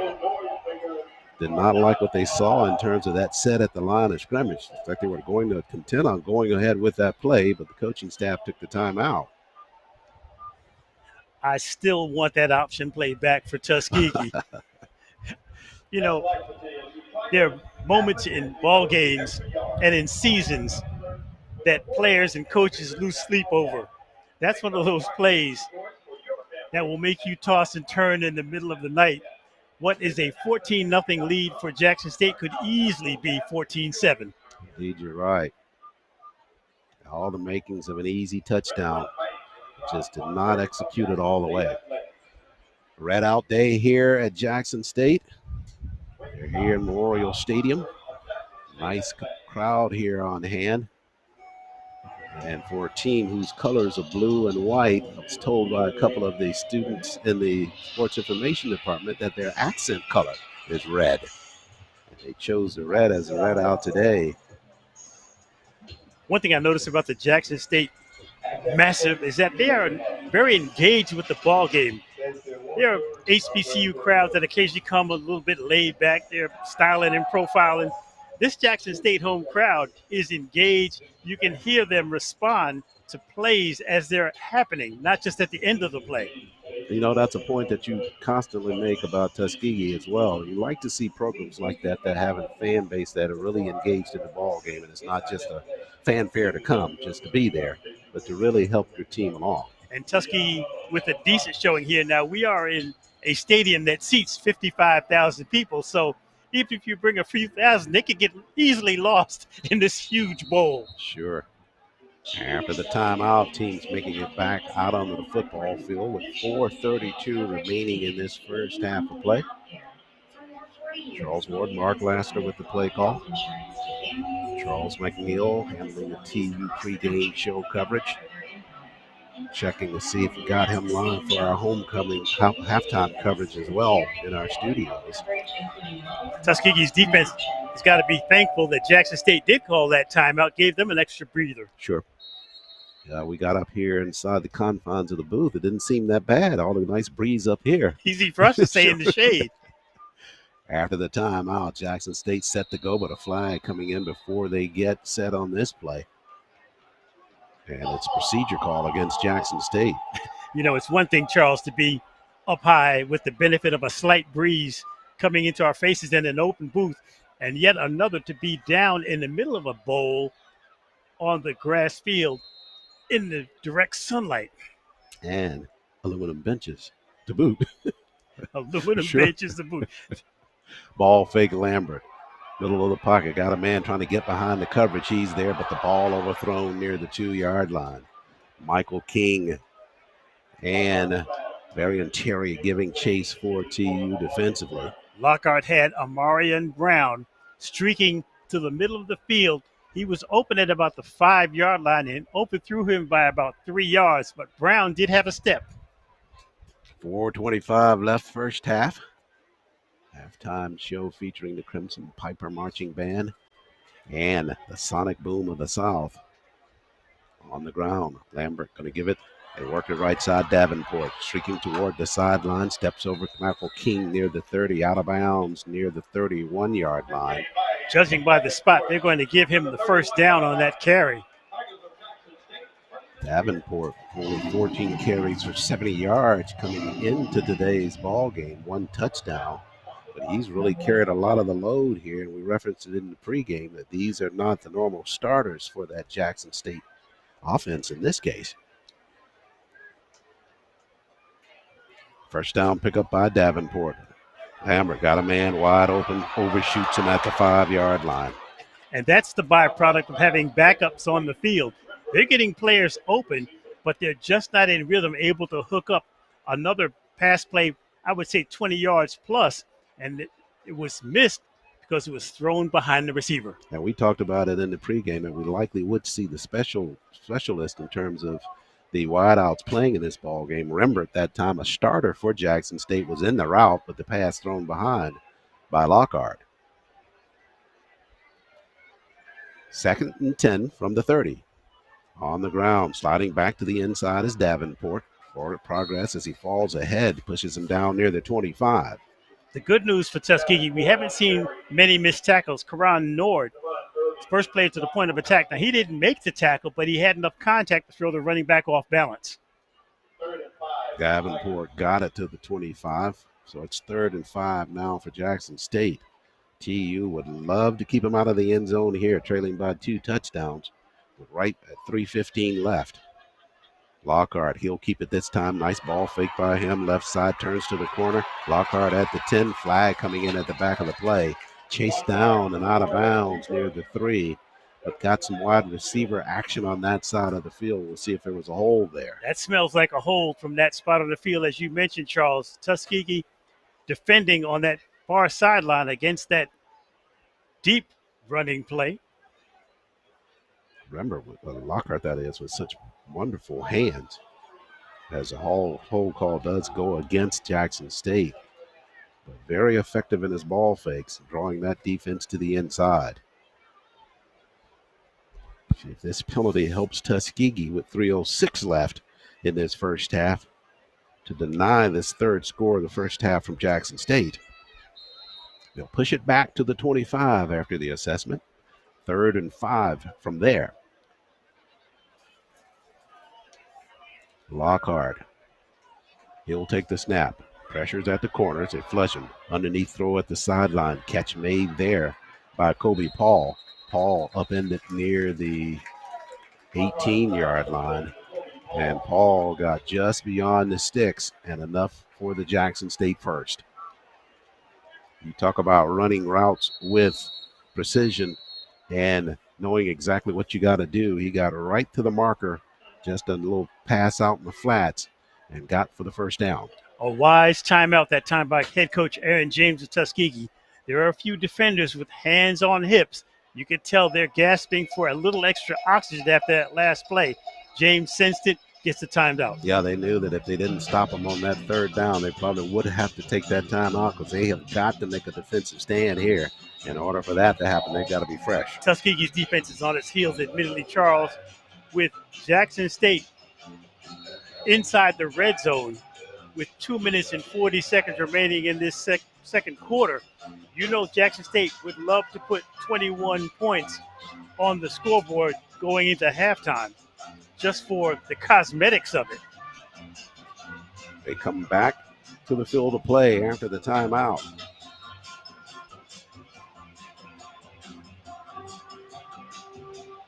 TU lining up with 3 out front defensively. Tuskegee anticipating a pass from Lockhart. He looks back to the sideline. Now they switch Travis Terrell to his left as he joins Lockhart in the backfield. Slot is to the left of Lockhart. They're going to run it right side. They gave it to the running back Terrell, and he's bottled up behind the line of scrimmage. Tuskegee with a nice surge up front for the stop. Quavion Davis, Jackson State was trying to get a block on the near sideline, but Tuskegee's pursuit was just too much at the point of attack. 2 minutes, 22 seconds clock running first half. TU trying to deny another score by Jackson State before the intermission, trailing 14-0. Lockhart, freshman from Charlotte, lines up in the shotgun. TU is still just 3 up front. They got a man in the swing pass, but they go across the middle instead at the end zone. Touchdown grab there. Catch was made at the end zone line. Jamil Gardner with the catch at the goal line and able to spin forward for the 6. Credit that last touchdown pass to the time given to Lockhart to find the receiver working against Denard Johnson, who was really in decent coverage, but as the receiver is breaking across the goal line, he's running parallel to his quarterback, it's very difficult to defend. Beza on now to try the point after, and actually Lockhart had two options on that route. He found Gardner at the goal line for the score. And Beza is good on the kick. He also had kicking out of the backfield was Davenport on the backside. Nobody within 10 yards of him on that route. He likely would have scored as well. Jackson State notches another score here. 1:55 left in this first half.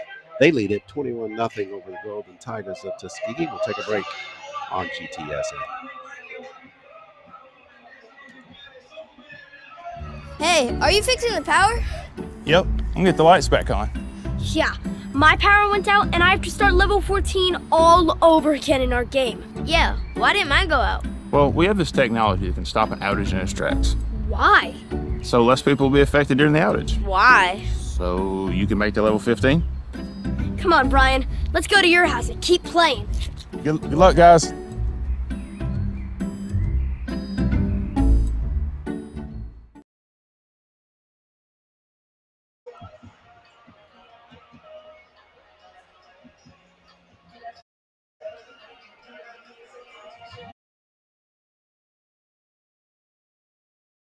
Optimistic.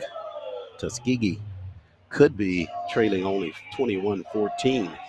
If you take away the flea flicker, that don't take it away if they had converted on that one. Then on the drive they had on this to our left, when they got that penalty that really killed their momentum, don't never know what would have happened out of that possession as well. So two opportunities for TU to score in this first half went by the wayside. Meanwhile, Jackson State tacks on another touchdown. The problem with playing a team like Jackson State, Charles, that you have to be just about flawless in your execution of plays. I was looking at the defensive unit for Tuskegee as they went to the sideline. They were walking very slowly into their bench that is facing the sun, and I just get the sense that they're exhausted at this point. Yeah, we were talking about it as we were talking about the design of this stadium, saying that it's perfect here for broadcasters here on this side because the sun comes up so early and it's already behind you before game time starts. But the other side of that is you put the opposition on the other side and the sun's with them all day. Let them bake. Sure. Right now, the Tigers of Jackson State baking. They lead at 21-0 after that touchdown pass from Lockhart to Gardner. The challenge for Tuskegee, Charles, is not a physical one. It's a mental one, playing this game going into the second half. Floater pooch kick there by Jackson State, fielded by Ronaldo Spivey. Spivey turns it up to the 31. It wrapped up there. And Jackson State not even giving Tuskegee the opportunity to try that run back from the deep men. They pooch it instead, so Tuskegee will have it from the 31. Curious decision now for head coach Aaron James and his offensive coordinator Harry Williams. What do you do with the football with under 2 minutes remaining against Jackson State on the road, starting from your own 30? Bill, set to try to answer that question. We'll start with Sloth either side of him. Now Nation goes in motion right side. Bill looking that way, now dumps it underneath. Catch made there in the crossing route. Nation with the grab. Arzina Mulva, that is, coming out of the backfield with that catch. You always know I don't want to speak anything negative into existence. This is the spot of the field you cannot afford a turnover. Got it up to the 36. Bill again. Looking, checks off, slides a pass up the middle. A lot of traffic there, but a catch going to be made near midfield. Hanging on to that football was Malik Thomas. Thomas with the touchdown last weekend. Good grab there. One of the best throws by Beal all season. In traffic between two defenders, taking that first down. Flag coming in there. Lassiter at the back of that play, though. And that one's going to get taken off the books. Boy, a tough break there for TU. With his hands on his head is Ivan Williams saying, I didn't do it. Ivan Williams pleading his case, talking to one of his fellow linemen, Joey Anthony. You can see them going through their arm technique. Unfortunate for Tuskegee. That was a huge throw by Beal on that last pass play. A minute 16 left first half. We'll see what they do on this play. This may dictate what they do for the remainder of this first half. Don't get anything deep downfield. You don't want to take any more chances. Just settle on it where you are. They're going to have another flag coming in there on TU, and that's probably going to answer that with 1:04 left, as a procedure is going to be called against Tuskegee. Jackson State's defense gesturing.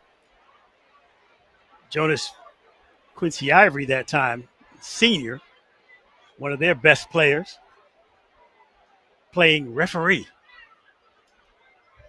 His debut at that spot might be accurate. Ivory still signaling to the sideline and to the officials what the play call was. Couple of pieces of laundry. Was against TU on the false start. So with 64 seconds left now, 2nd and 15. Likely to see TU just going into a protective formation. Ivory was correct. He's a senior defensive lineman. He's one of those players that you must account for if you're Tuskegee's offensive front. That'll push TU back to their own 21-yard line.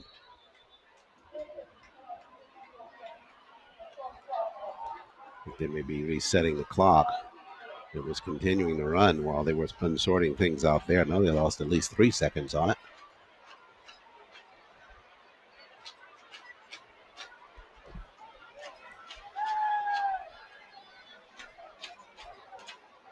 They should still have not allowed play to resume.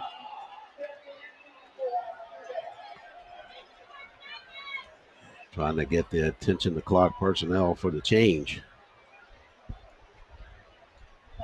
So just as Jackson State is not playing most of its starters, it's not going to start most of their Sonic Boom of the South at halftime. You see a lot of the bands still in the stands. Well, see the ones to our right behind the goal post there. There was a runoff on that play is what happened. Bill with a long pass upfield, catch made by E.J. Hall.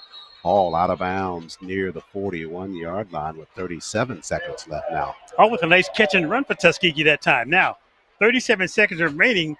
Clock becomes important on every snap for Tuskegee. Back to the line very quickly, but they have thoughts of trying to do something on this drive. Absolutely, even if it's just a field goal. 3rd down and 2 for TU. Snap to Bill. In the pocket's got time. Steps up now. Had his arm hit at the line of scrimmage. The ball floats out toward the sideline, and they'll rule it dead on an attempted pass. Yeah. It was dangerously close to that one being hit before he got it going forward. Instead, they'll rule it as an incomplete pass, and that will make it 4th down for Tuskegee now, and they will have to punt the football. Beal had thoughts of going deep downfield to Gabriel Garman, who was all the way down to the 10-yard line. Beal had a lot of extra time to throw, but that pocket closed very fast in traffic, got his arm hit. Fortunate that it wasn't a fumble. Yeah, there was some time, as you referenced. They were playing prevent. But in that situation, you take that 1st down if you can run to it. As Cullum punts it, trying to go inside the 20. Nice job by him. It'll be fielded by Tamarcus Grayson at about the 19-yard line. But just reflecting on that play, trying to get it all downfield, you know, if you're trying to get a score before the break, you definitely got to get that 1st down on that 3rd down. And Bill would have run a lane there to perhaps run it for the 2 yards for the 1st and keep that drive alive. You know, this game is about attention to detail. After that last exchange, the scoreboard clock ran about 5 seconds after the play was called dead.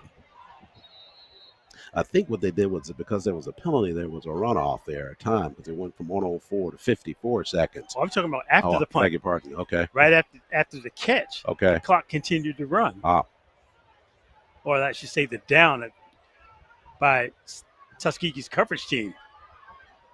On the ground now, it's Travaris Terrell for Jackson State just to get it on the ground and get the clock moving. And he's done that. And Jackson State has done what it's intended to do in this 1st half of play. They have established a lead going into the locker room. They lead at 21-0 over the Golden Tigers of Tuskegee. That'll look a little bit one-sided as they go into the locker room. Tuskegee known for the adjustments they make at halftime. Got to be reflecting on those 2 possessions that have them with no score in this 1st half of play. So we go into the locker room, Jackson State with a 21-0 lead. We'll take a break here on GTS and more Tuskegee football just ahead.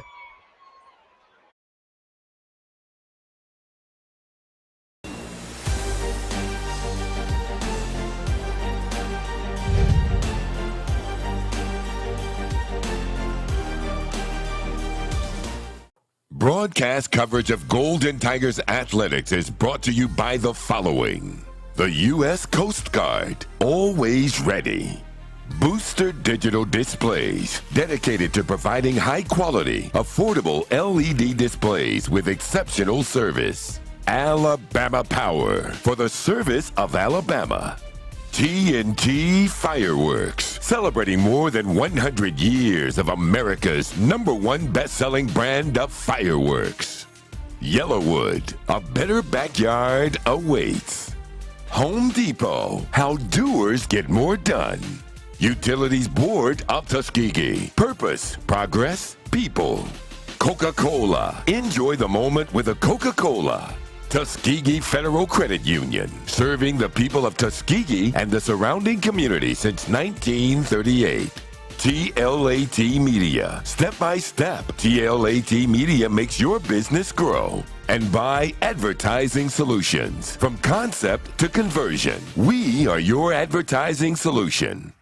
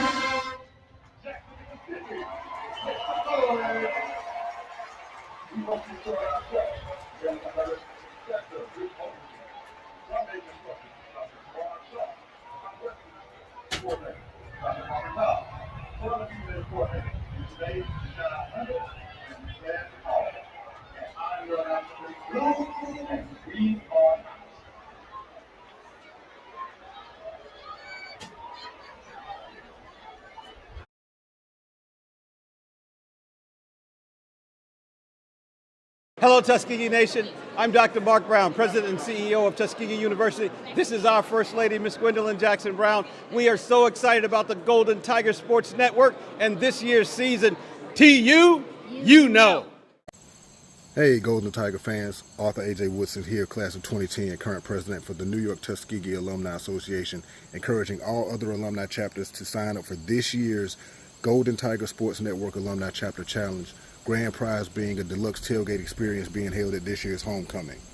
Sign your chapters up now so that you can be a part of the weekly score predictions, trivia during the game, and even have a live check-in during the game on the GTSN if your chapter is hosting a watch party. So sign up and be a part of this year's Alumni Chapter Challenge.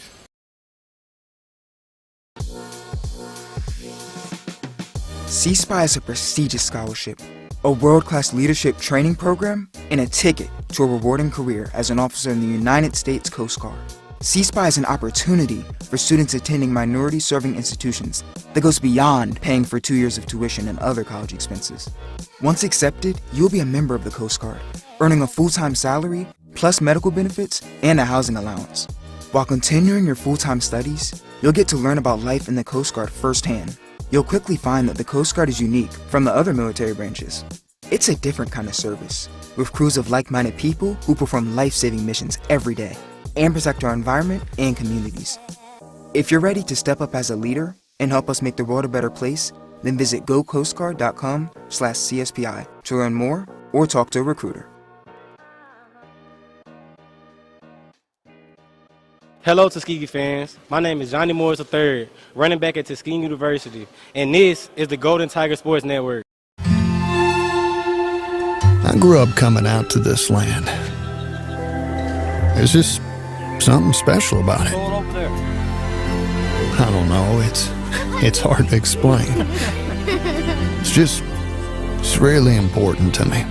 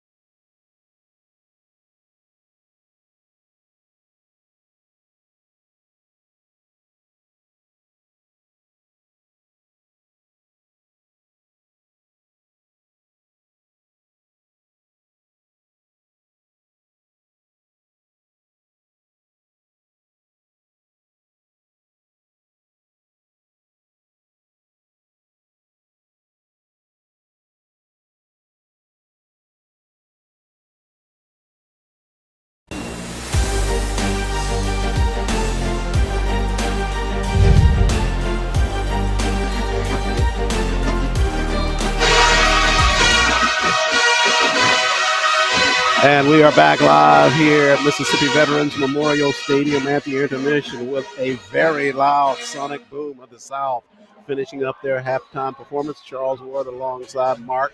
I Stay Ready Lassiter with the halftime call. Mark, nothing like a performance of these bands. As you remarked during the pregame about the sonic boom as they spell out JSU to the crowd. The thing I noticed about the sonic boom of the South is that they not only can play, but their precision marching is unparalleled among any HBCU band. They're able to also take the field with about, I'd say about 150 members still in the stands. So just as Jackson State's football team did not play all its starters, the sonic boom of the South says we'll take the field with about 70% of our band. Wow. Yeah, if you look at it, you see, like you said, a lot of them still in the stands. And the sound is just as loud from the remainders that are out there at field level here inside the stadium. Talk about in rhythm, the Tigers of Jackson State in that first half, 21 first half points holding Tuskegee scoreless. They had a lot of things going their way first half. And on a more somber note, looking at the halftime stats, I directly go to the rushing yards. Tuskegee, a net -5 yards rushing. Jackson State was 71 yards passing. Tuskegee 69 yards to Jackson State's 154. And then the cumulative total offense plays in yards. Tuskegee 25 plays, 64 yards. Jackson State 34 plays, 225 yards. Yeah, you referenced the fact that there were a lot of starters in that lineup for JSU that weren't playing in that first half, notably a quarterback, Jared Lockhart, the freshman for them, getting the start this afternoon against Tuskegee, and he's turned in a great performance for them in this first half of play. If not for a stack of offensive holding calls in that first quarter, Lockhart might have gotten into an earlier rhythm in this ball game. They scored 21 points as it stands with a truckload of penalties on the offensive side.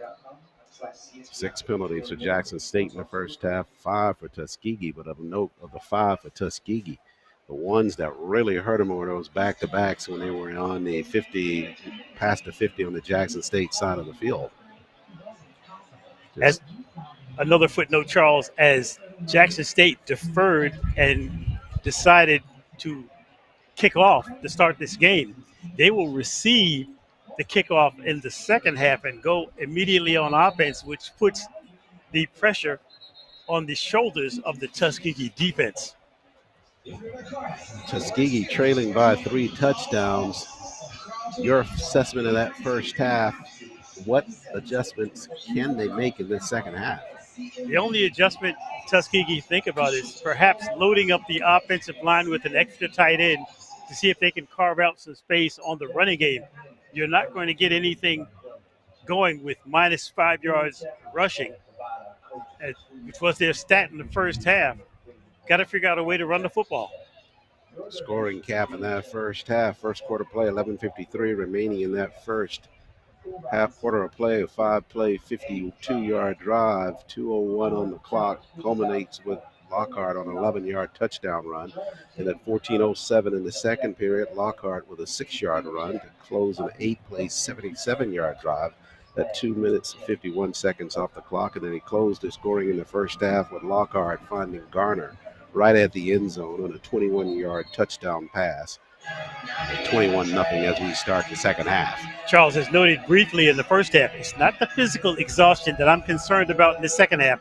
It's the mental exhaustion. The body language of the Tuskegee sideline is something to keep an eye on. Larkin Ryan set to start things off in the second half to kick it away. Jackson State, a couple of men deep near the 2.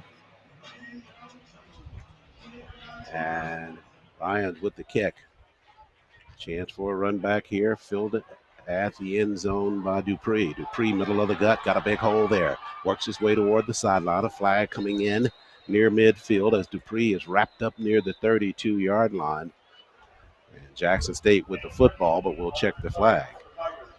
Would not be surprised to see Parker Stouffer to get some snaps for Jackson State. He was the other quarterback we noticed warming up during pregame. He wears uniform number 12.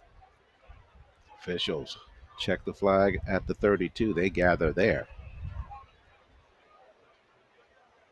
Reminder, Thursday night football for you this weekend. They picked that flag up, so Jackson State from the 32. Columbia, South Carolina. Golden Tigers, after a short break after this ball game, getting ready for the Tigers of Benedict. Coach Aaron James said they would practice in just helmets tomorrow, shells on Monday and Tuesday, practice on Wednesday. A short week for the Golden Tigers. They'll meet Benedict, series lead. Tuskegee 14 wins, just one loss to Benedict. Lost that in the year that Benedict won the SIAC title.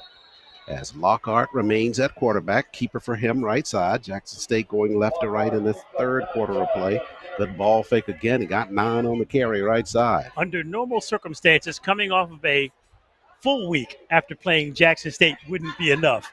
But going off a Thursday night prospect of a game, that is going to be a difficult task for the Golden Tigers. And Mark, stand corrected. You're right. It's Parker Sofa in there at quarterback now for the Tigers of Jackson State.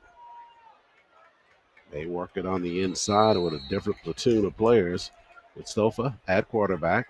Carry there on the inside. This time it's Nate Blunt, the fourth redshirt freshman from Brandon, Mississippi, on the carry. The reason I mentioned Stofa is during pregame, Stofa and Lockhart took an equal amount of snaps. You could see them adjacent to one another, so they're going to use Lockhart as the starter and Stofa as the long reliever. Redshirt freshman from Converse, Texas. High snap, but he handles. Ball fake. Here comes the pressure. They'll flush him. Back pedals near the 30. Trying to break it. Floats it upfield, and pass goes incomplete. Good scramble there by Stofa to avoid a long sack. Tuskegee was right on his heels. Kawan Kimber almost able to put him down near the 28-yard line, but he got rid of it with a receiver in the area. So it goes incomplete. Stofa was trying to hit Kobe Paul, who was breaking down right at the 45-yard line in front of the Jackson State bench. He took a shot and into the sideline, took out one of the coaches. 2nd and 10, just underway here in the third quarter. On the ground, Jackson State spins it back to the inside. They unpowel it near the 46-yard line. I like the work that Devon Irving Jr. is doing at linebacker for Tuskegee. Very quick to the football and a sure tackler. It was Blunt on the carry there for Jackson State. No pickup on the play, 3rd and 10. Irving goes 6 foot 220. 3rd and 10. Pass back to the inside. Played well by Kawan Kimber. Pulls down the receiver, Nate Rembert, right in his tracks at the catch of the football at the line of scrimmage. This is when you find who your leaders are. Kimber with an excellent play on coverage. You can see him celebrating, punching his fist in the air to the sideline, trying to get his players fired up. Emotional player. Nice call on that, because now that football goes over to Tuskegee after Jackson State's first turn of it here in the third quarter. See if the TU offense can come alive.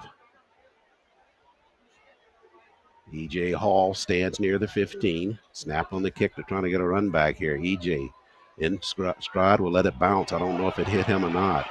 It rolls toward the sideline, picked up there by Jackson State. They're saying it was touched by Hall. EJ at minimum playing as though it didn't hit him, that's for sure. That was very close to clipping him on the leg. And you can see one of the Jackson State players signaling as if it did. The officials are at the 10-yard line discussing it. Pointing upfield to say that it still belongs to Tuskegee. But you're right, that was playing with some fire there. If you're not going to make the catch, get away from it. That time, Tuskegee is fortunate they didn't turn that ball over inside their own red zone. EJ just really at that point where he's thinking, I can get this, catch it in the air, and run with it. But at the very last moment, saw there was so much traffic in front of him and just tried to back away. It'll be Tuskegee's football nonetheless, but the drive starts from their own 11-yard line. Raekwon Beal has got to be very careful down here if they're going to be throwing the football. Beal threw 2 interceptions, or beg your pardon, 1 interception last weekend. He's thrown 2 on the course of the season.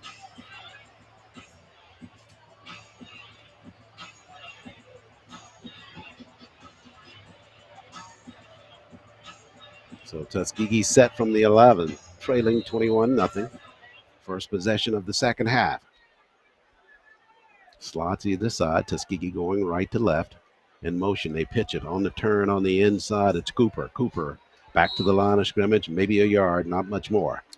Cooper appeared to have space, but Jackson State did an amazing job of closing quickly what was thought to be a running play that could pick up some positive yards. Was shut down by Wayne Patterson, the defensive lineman whose name we've called a few times this afternoon. Nice call on that last, because it looked like Cooper had some space, but that was phantom. Second down here for TU. They gave him 2 on that play, though. 2nd and 8 for Tuskegee. Bill with that I formation to his left. Now they send a man in motion out to the right. They go back on the inside instead. Good play call there, turning upfield near the 25-yard line. Enough for a Tuskegee first down on a good misdirection play on the inside. Johnny Mars with the carry. Coming into this half, -5. Tuskegee breaks into the positive yardage column on the ground. Stay with it. TU with only 3 first downs in that first half of play. Picks up a first down here. On the ground, Johnny looking for space at the corner. Dances back to the inside, falls for it. Got 3 on that play up near the 28-yard line. Jalen Ware, the defensive lineman for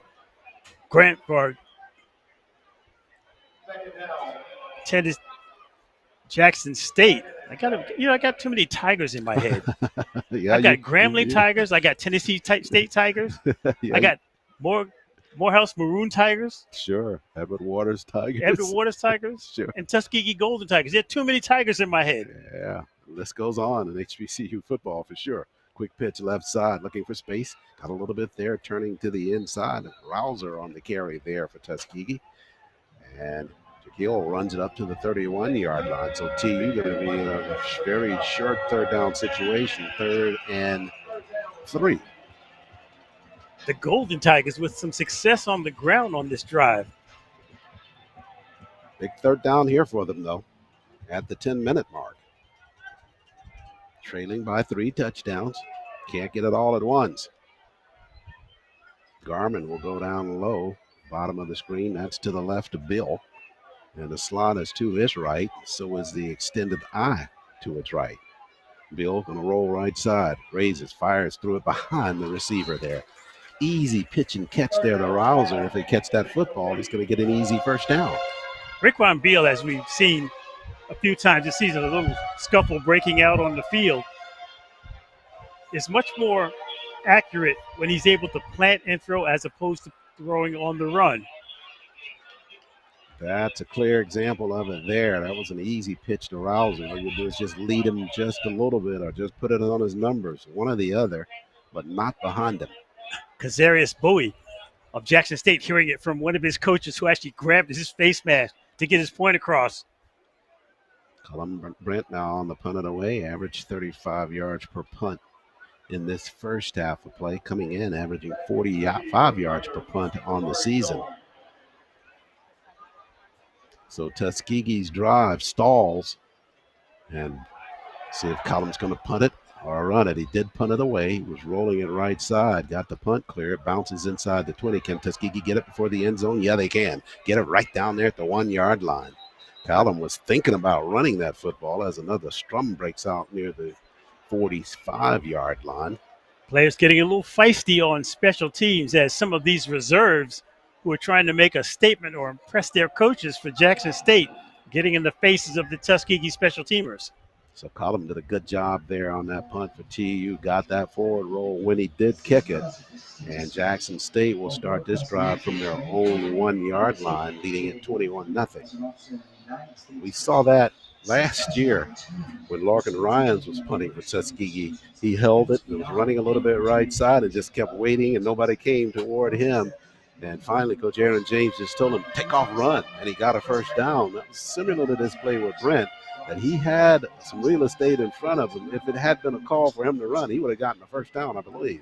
It's one of those tough decisions in life because you know that if you decide to go for it, the coach on the sideline said, you can go, but you better make it. That's for sure. Brent instead punts it away. Jackson State will be pinned down at their own 1-yard line. Gray, Langford, Sapp, McGowan, Gray, and Nathanson, attorneys at law located in downtown in the square in Tuskegee, Alabama. Whether personal injury, wrongful death, civil rights, real estate, or probate situations, they're the law firm to turn to.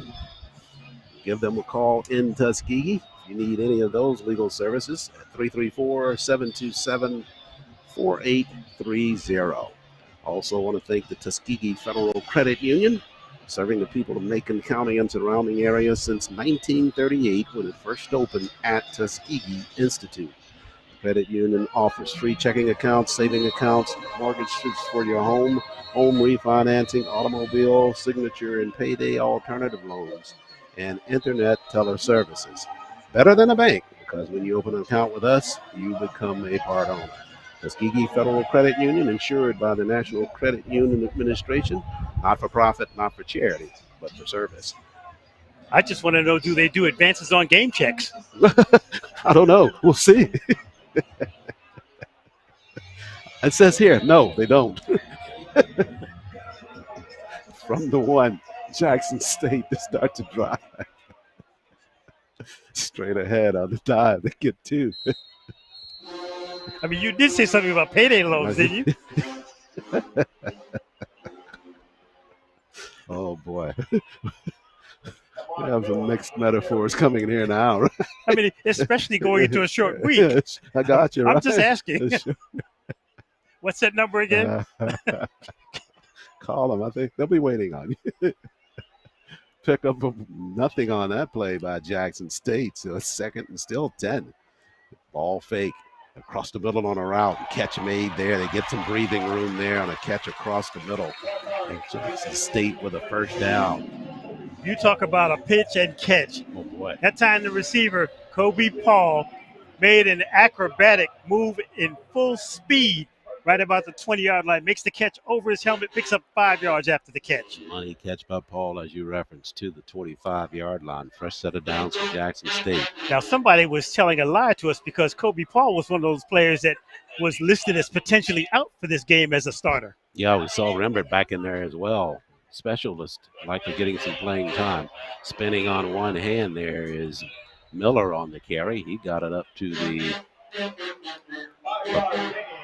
31-yard line for Jackson State on a run on the inside.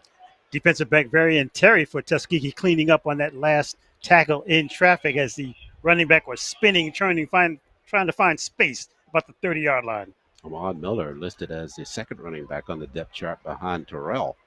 But we've seen him in this ball games.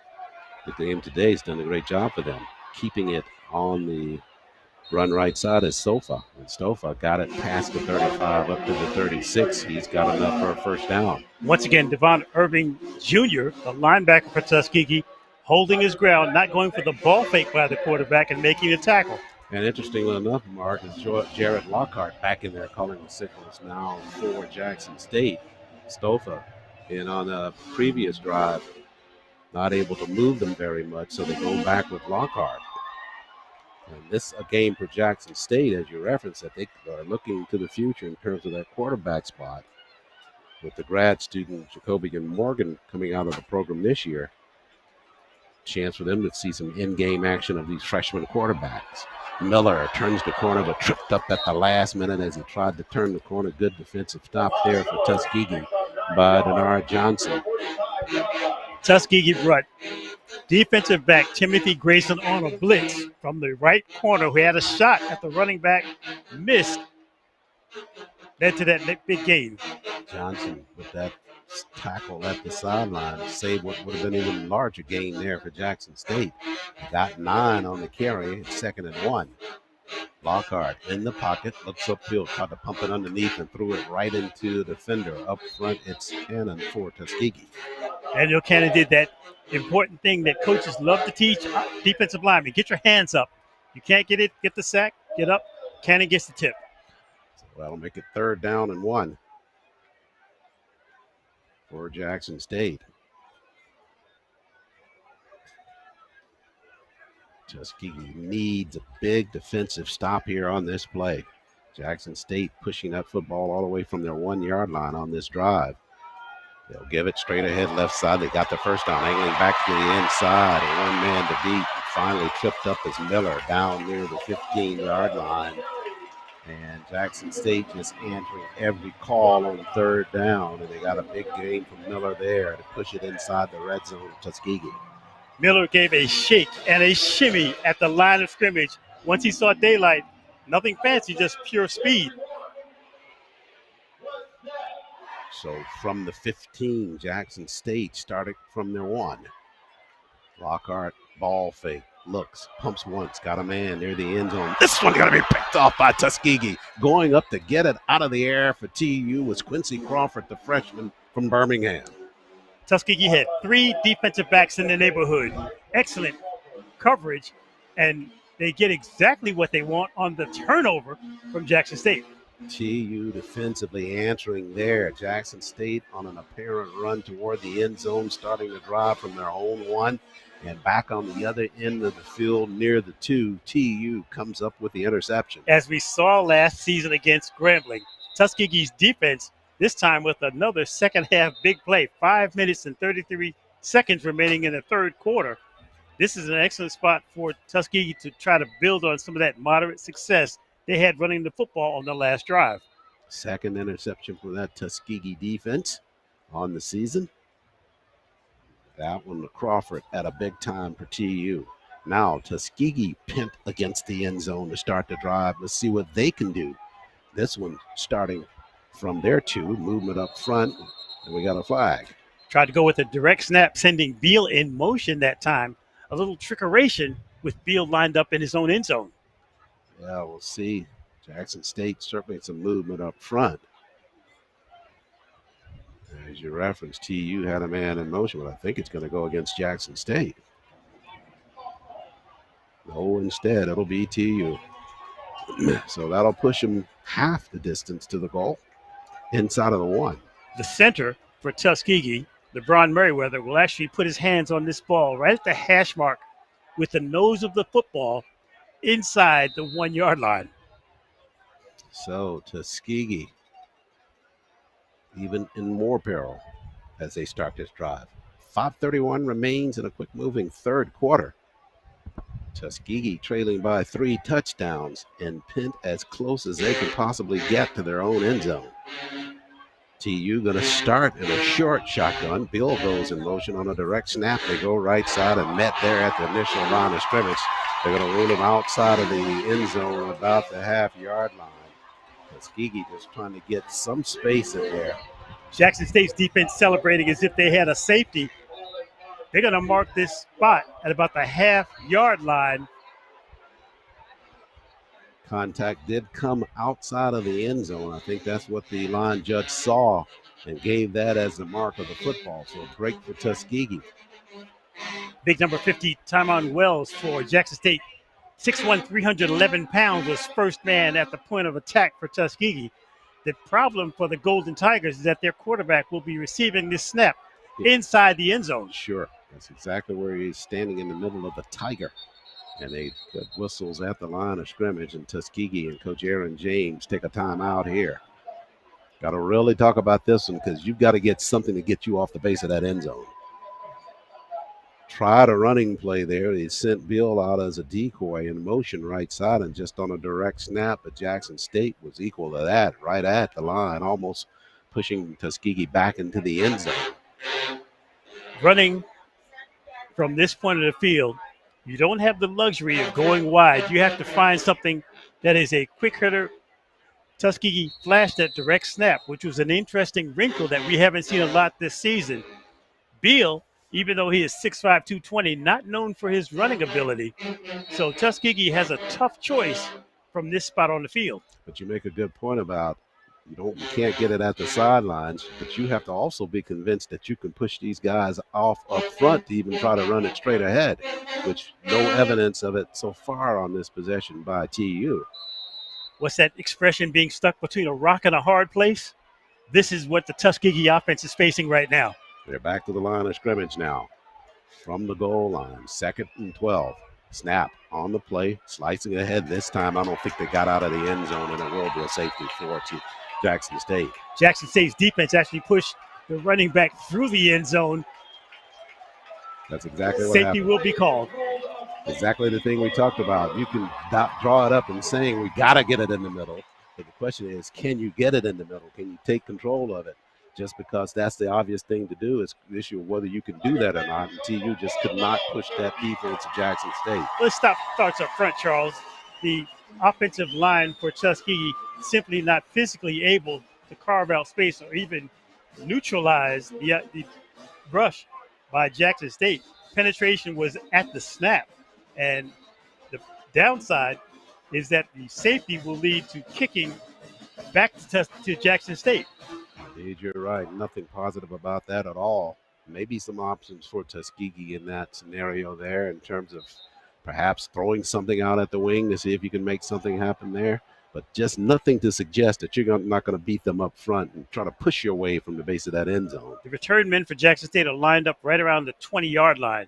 So unless Tuskegee has excellent coverage on this next kick, I would expect Jackson State to take over possession somewhere between the 35 and 40-yard line. Yep.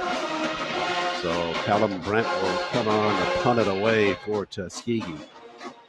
And Jackson State has just extended its lead on a safety to 23-0. On a red-out day here at Mississippi Veterans Memorial Stadium. Jackson State faithfuls starting to celebrate even more. In a very touching sign of teamwork, you can see members of the Jackson State Reserve Band talking with the Tuskegee Marching Piper Band on the far sideline. They're making acquaintances and making friends. Brent with the kick will come down at the 30. In that space you're talking about, last at the 40, 35 on the return is Terrell. He spun around there at the 36-yard line to start the drive for Jackson State, coming off of a safety of Tuskegee. Just a flip of the field and just how quickly things change.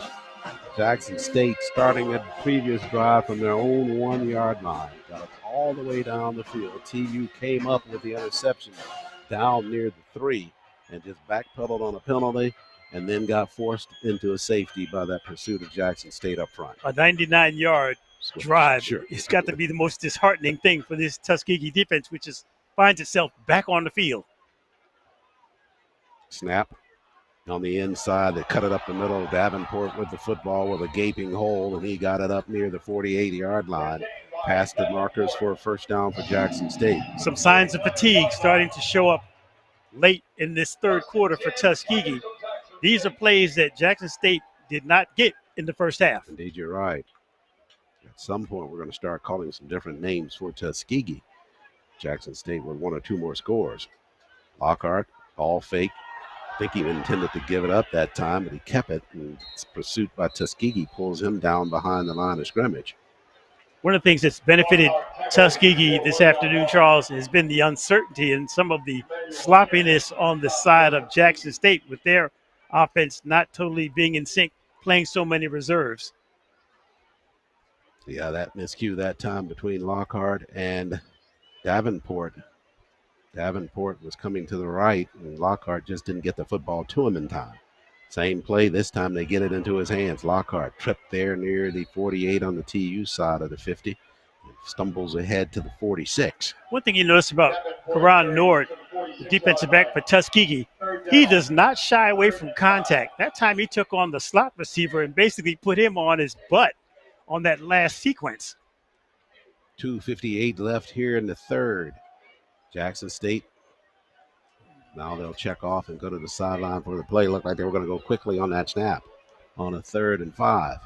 The receiver was trying to get a block, and Nord was not having any of it.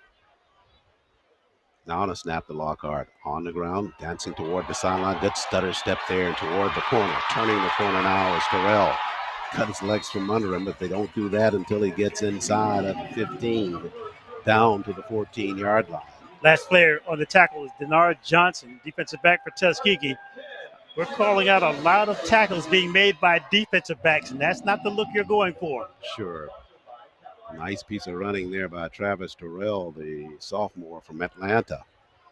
On the right side. Got to the sideline and able to tiptoe and got it all the way down inside the red zone. 1st and 10 from the 15 for Jackson State. On the ground, sliding to the inside is Terrell again. Tuskegee trying to rip that football free from him, but he's down near the 12-yard line. DeMarcus Wynn in the middle for Tuskegee.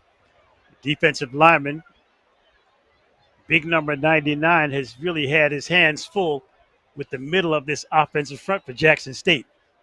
1:43 left in the third now. Jackson State with a 23-0 lead and trying to add to it.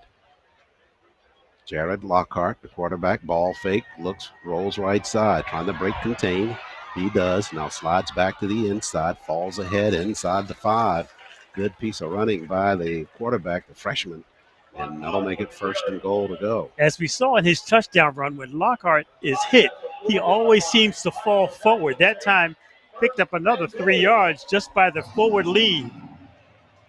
Yeah, Lockhart listed at 6'5", 187, and you reference that big long body. Got some extra yards as a result. And he'll come out of the ball game here on this 1st and goal play as Parker Stofa comes back out. Don't know if Lockhart had something happen on that play, but he's at the sideline, and Stofa rushed out there. He's coming, Lockhart that is, toward the sideline at the trainer's table.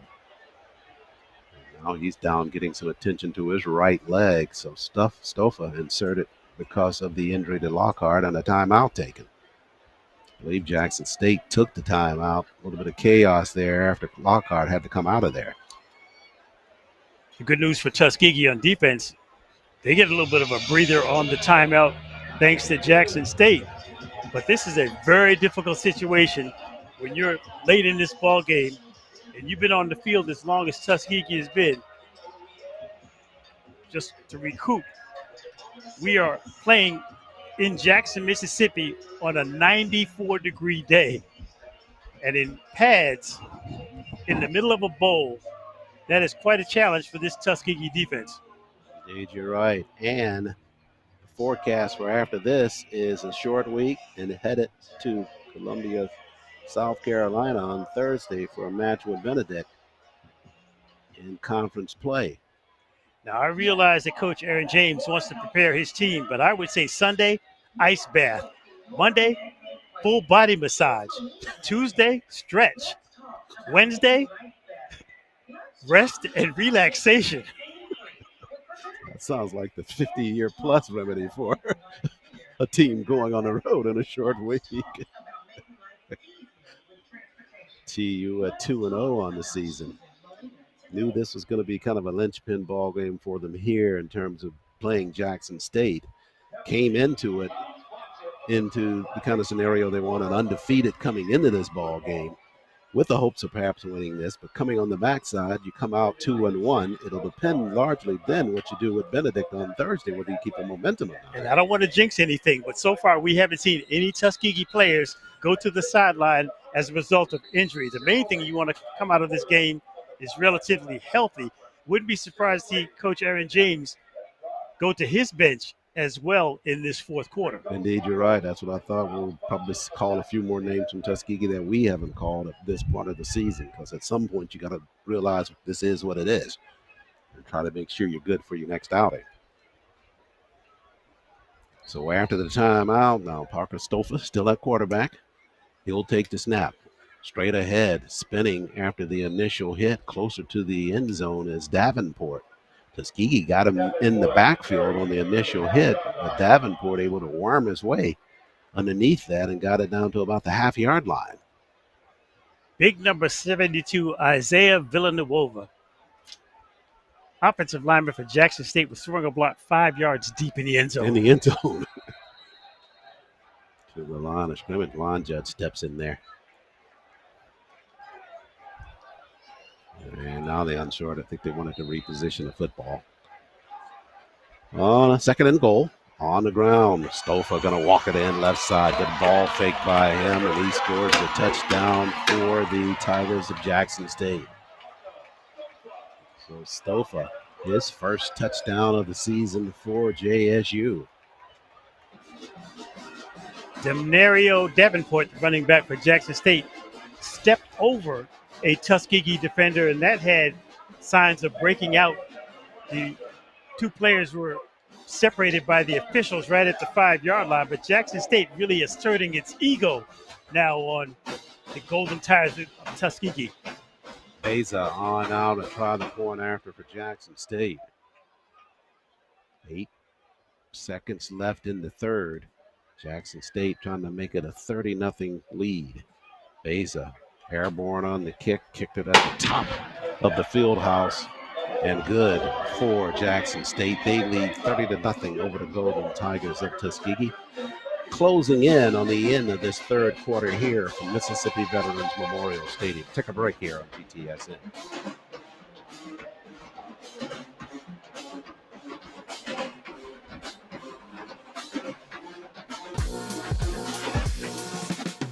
C-SPY is a prestigious scholarship, a world-class leadership training program, and a ticket to a rewarding career as an officer in the United States Coast Guard. C-SPY is an opportunity for students attending minority-serving institutions that goes beyond paying for 2 years of tuition and other college expenses. Once accepted, you'll be a member of the Coast Guard, earning a full-time salary, plus medical benefits and a housing allowance. While continuing your full-time studies, you'll get to learn about life in the Coast Guard firsthand. You'll quickly find that the Coast Guard is unique from the other military branches.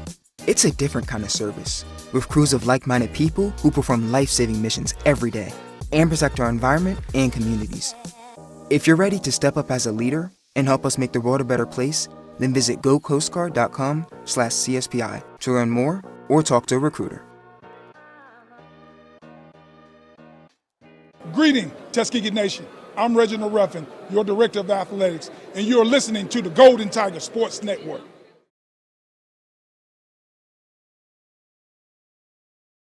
Thank you to the U.S. Coast Guard for its sponsorship, and thank you to A.D. Reginald Ruffin for your vision for the Golden Tiger Sports Network. There's 8 seconds remaining here in the third. And a shout out going to A.D. Ruffin as well. Congratulations to him for being inducted into Miles College Athletics Hall of Fame. Ruffin, a man who sees things that are not as though they are. One of these things that are not was GTSN before he had the vision to create it. Glad he did that. That's quite a recognition for A.D. Ruffin. Sure, yeah. You know, he just put a stamp on that program at Miles College.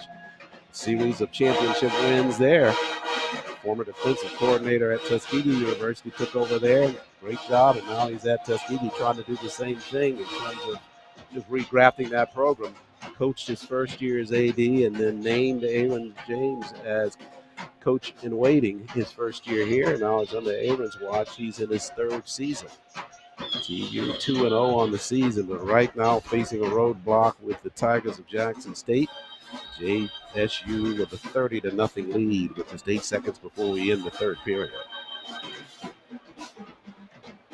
Kick away this time and over the head of Louser into the end zone. So Tuskegee from the 25.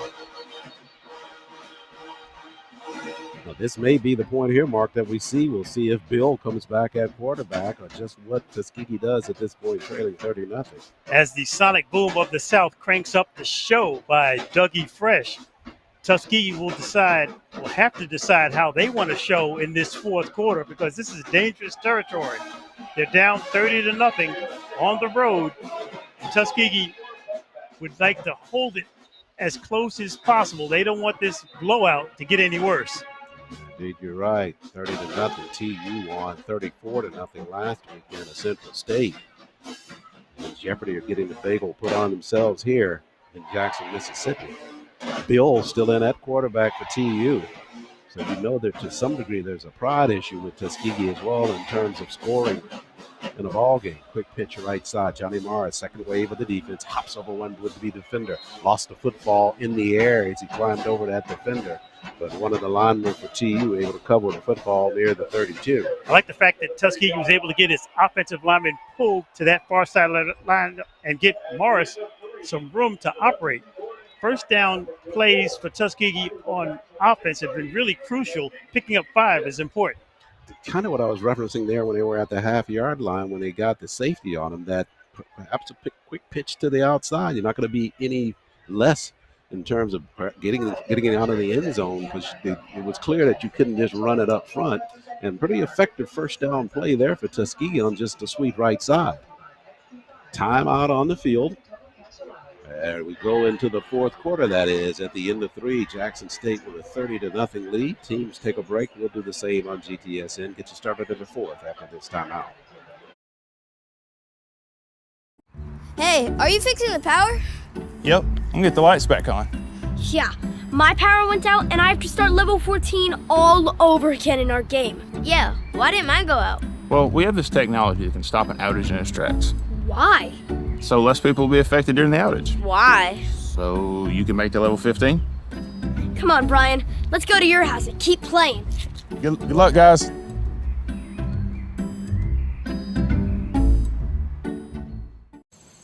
Hey, Golden Tiger fans. Arthur A.J. Woodson here, class of 2010, current president for the New York Tuskegee Alumni Association, encouraging all other alumni chapters to sign up for this year's Golden Tiger Sports Network Alumni Chapter Challenge, grand prize being a deluxe tailgate experience being held at this year's homecoming.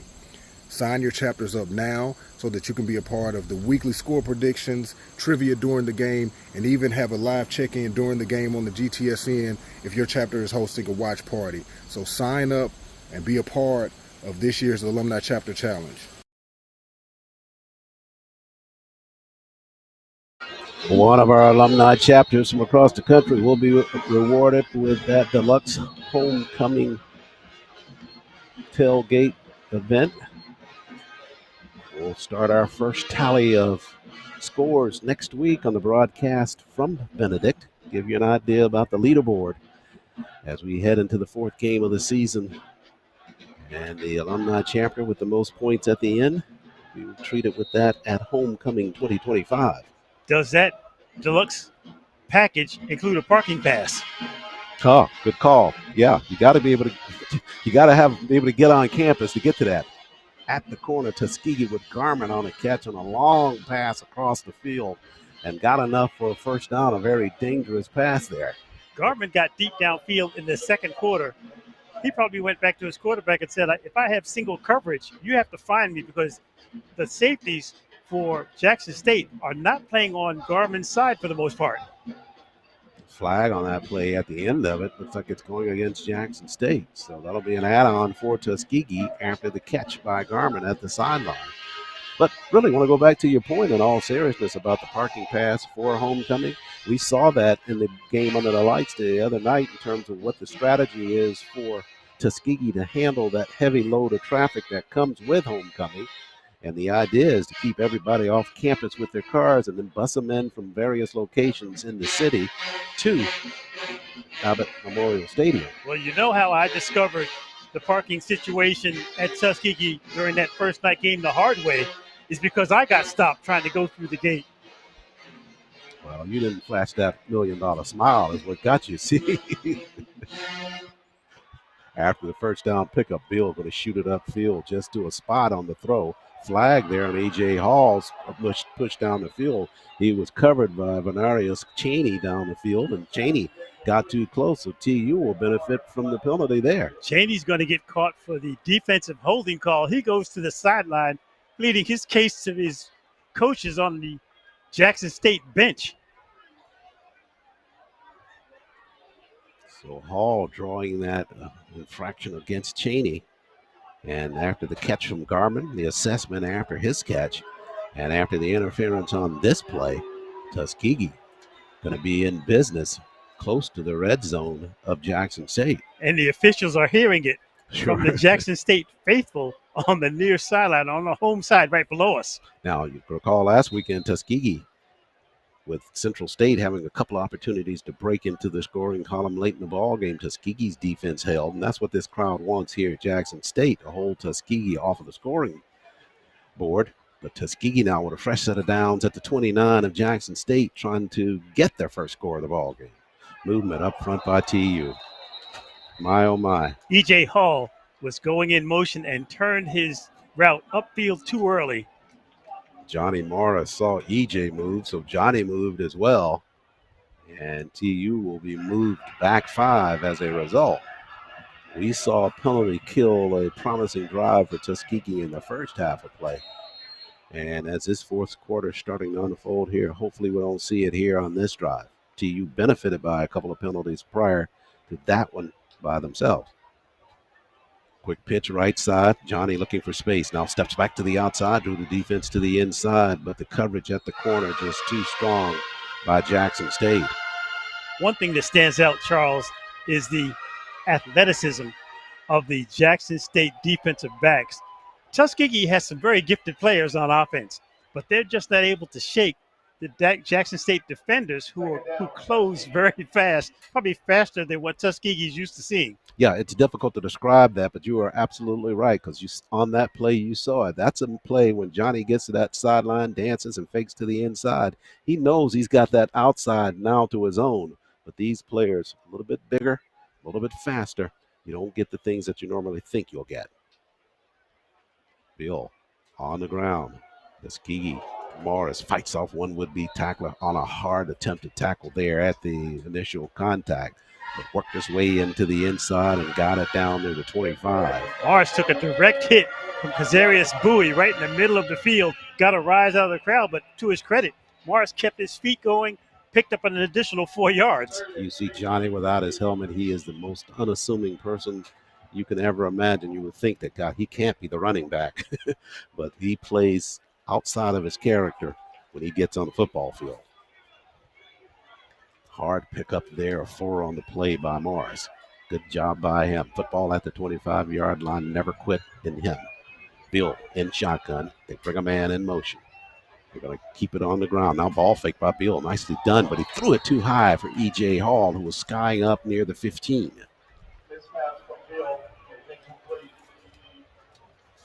Hall had broken his route off behind the sticks. More than enough for the first down, but the miscue on the pass.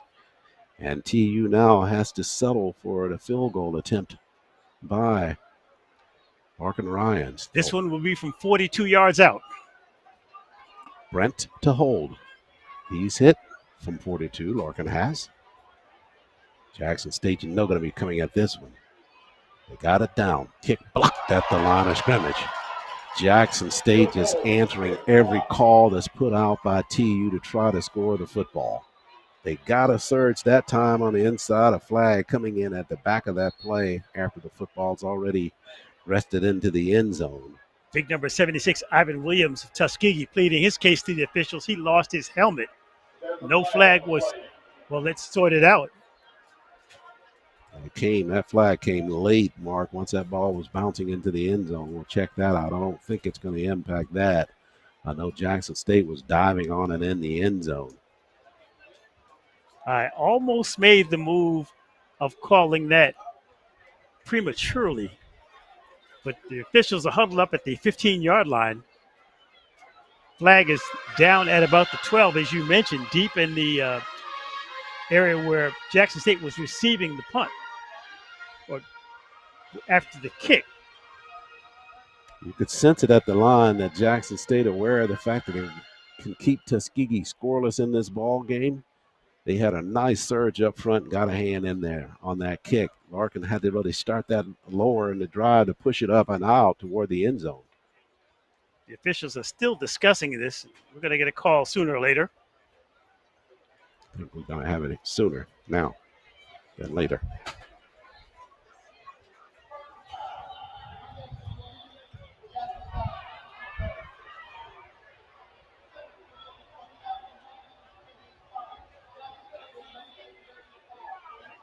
Personal foul against Jackson State. They will maintain possession. They'll set up shop at around the 12-yard line. Right. As you called accurately, that play came after, the foul came after the play was dead. We've seen some petty mischief after several of these plays. Jackson State and Tuskegee not really making friends at this point in the ball game. 12:35 remaining in the contest. Looking at some of the numbers from that third quarter. TU with only 8 plays in that third quarter. Time of possession just overwhelmingly in the favor of Jackson State. 10 minutes, 59 seconds they kept the football in the third quarter.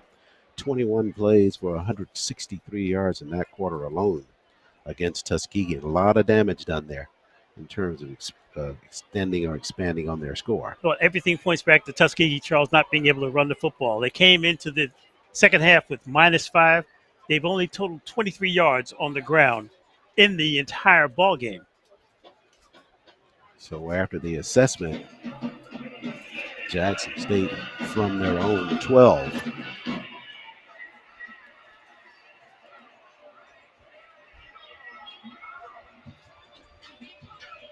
Still will be Lockhart in there calling the signals for Jackson State.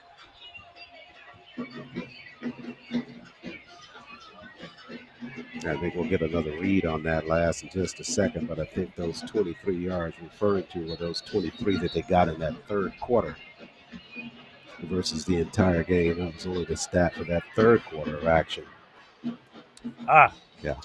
My mistake. I'm going to have to get a cumulative rushing total. 12:35 remains. It looks like another timeout was taken on the field. It'll be at the 12 once we resume here on GTSN. Stay with us. TU trailing it 30-0 to Jackson State.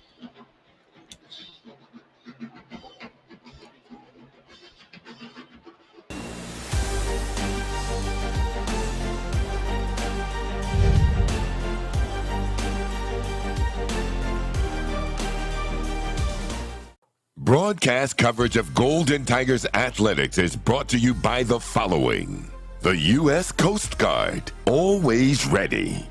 Booster Digital Displays, dedicated to providing high-quality, affordable LED displays with exceptional service. Alabama Power, for the service of Alabama. TNT Fireworks, celebrating more than 100 years of America's #1 best-selling brand of fireworks. Yellowwood, a better backyard awaits. Home Depot, how doers get more done. Utilities Board of Tuskegee, purpose, progress, people. Coca-Cola, enjoy the moment with a Coca-Cola. Tuskegee Federal Credit Union, serving the people of Tuskegee and the surrounding community since 1938. TLAT Media, step by step, TLAT Media makes your business grow. And by Advertising Solutions, from concept to conversion, we are your advertising solution.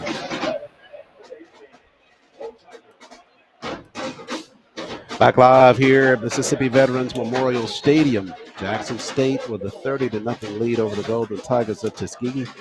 JSU getting set to handle the football from their own 12-yard line once they make it back onto the football field. But this is really a perspective check here at this point, Lass, is that some of the reality of this sits in. This is a program, Jackson State, with twice as many scholarships as Tuskegee in terms of fielding its team. And it's showing in terms of the number of athletes that they have that are really high caliber athletes compared to a Division II school. So the expectation is Tuskegee always wants to be the standard and continues to strive to be the standard. But there are some realities that you confront along the way when you start talking about the magnitude of programs. Speaking of elite athletes, once upon a time here at Jackson State, there was a running back that ran for 3,563 yards and 65 touchdowns. Okay, in the back. I know him. Of course, they call him Sweetness. That's right. Walter Payton, just one of the many athletes from Jackson State that just really put this program on the map in terms of impacting the NFL and college football overall. Walter Payton also set a scoring record of 464 points. Wow. Modern record for college football. Average 6 yards a carry over 4 years. 6 yards a carry. That's staggering. Lockhart in the pocket, steps up now. Got a man downfield, shoots it that way. Shoulder catch there at the 42-yard line. And coming up, raising his hands is Denard Johnson. He can't believe that the catch was made down at the 39. Denard Johnson actually had decent coverage. Jalen Dupree, the senior from Philadelphia, Mississippi, pulling off a beautiful catch over the shoulder at the 40-yard line. Remember pregame, we watched the receivers practicing over the shoulder with a baseball? Indeed. Comes into play here. Just an outstanding catch as Johnson was with him step for step, but a perfectly thrown football, and only one player could get it, and that was Dupree. Across the middle, underneath they go again. Catch made at the sideline and scooting out of bounds.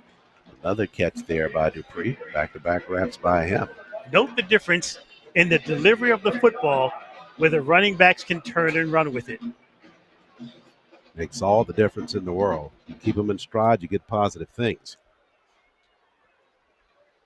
10:35 remains in the football game now. Jackson State knocking at the door of the red zone of Tuskegee once again.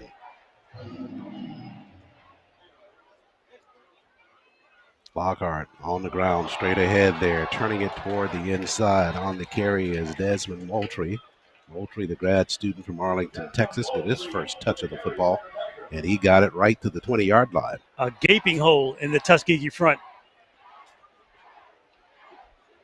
So just inside the red zone, Jackson State threatening to add to their 30-0 lead here. Lockhart's already scored 2 on the ground himself. On the ground, gives it once again to Moultrie. Moultrie down to the 15. Few substitutions reporting in for Tuskegee. This has got to be that point in the ball game where Coach Aaron James may think about just waving the white flag, resting his starters as much as possible going into the latter part of this quarter. Snap, Lockhart high. He handles. Here comes the pressure. He'll roll right side. Got a lot of room there. Fires to the back of the end zone. Threw that too high. A couple of flags coming in on the scramble by Lockhart to his right. Likely going to be a hold here against Jackson State. Excellent call. Jackson State getting caught right at the 28-yard line.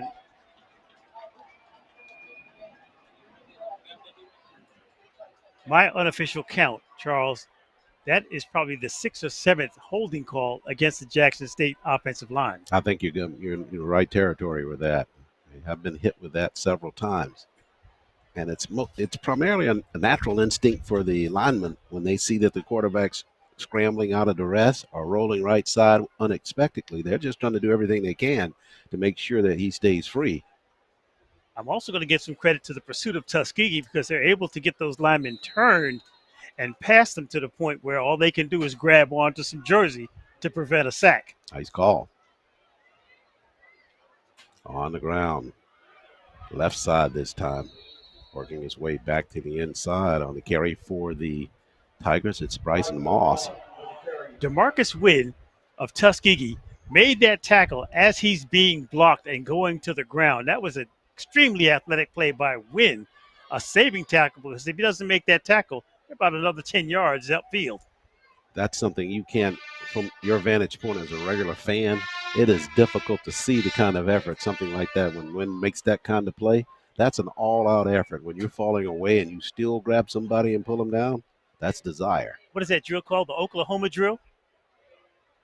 Oh, I thought it was the Tulsa drill. Lockhart scrambles right side, tripped up from behind and takes a hard knock there, trying to stay on his feet, coming up from the back of the defense for Tuskegee. That's K'Ron Nord. Nord, a name we called a lot in this ball game. Good hard stick there on Lockhart. I'm going to go ahead and give Nord a silver star for his effort this game. As you mentioned, we've called his name a few times, just his all-out effort, and that was a hard hit on the quarterback trying to scramble to the right side. So now Jackson State will come on to try a field goal. This will be a 46-yard effort. And Beza set to do that. He's hit from 46 already this season.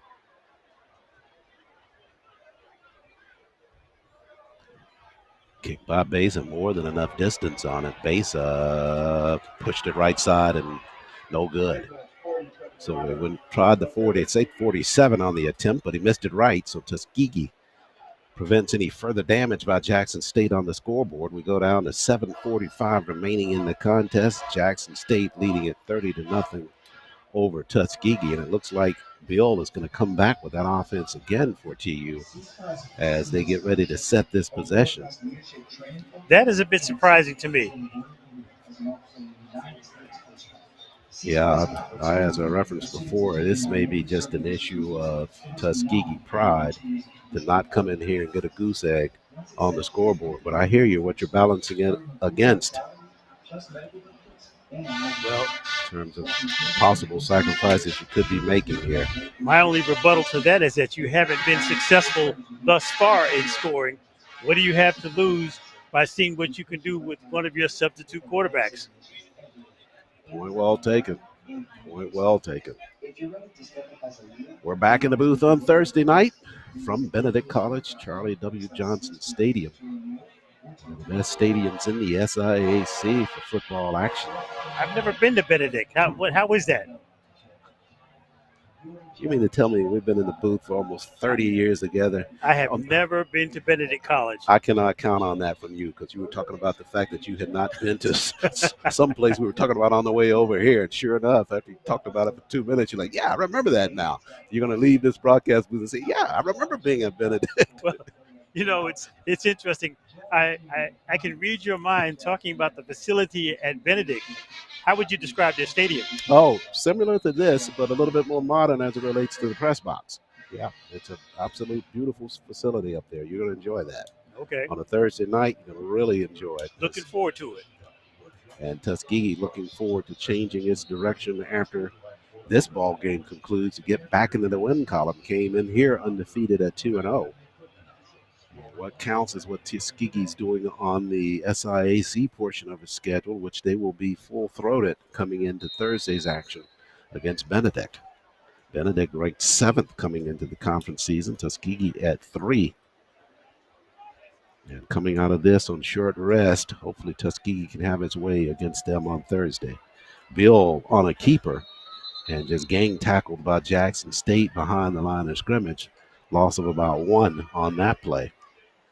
That had the appearance of a design play, keeper by Beal, that only resulted in a loss of 2 yards. While they set for this play, a chance for us to congratulate TU's Fabulous 5. Those congratulations to the 2025 TU Athletic Hall of Fame inductees, Sylvester Robinson, Edward Bernie Patrick, Aloysius Brown, Carter Joseph Muhammad, and Kelvin Dwayne Robinson, the 5 inducted into the Tuskegee Athletic Hall of Fame. I believe that's Aloysius Brown. Beg your pardon on that pronunciation. Bill on the ground. They keep it. And to your point, Lass, if you're not going to do anything any more imaginative than what you're doing there, you might as well make sure all your starters are safe and get somebody else in there to just hand the football off at this stage in the ball game. On a 3rd down now and 12 after 2 plays that push you 2 yards behind the line of scrimmage. Now you're forced into an obvious pass situation if you're going to throw it. But joining Bill in the backfield is Rouser. Jackson State showing they're coming at the corners. Now they back up as TU looks to the sideline for the play.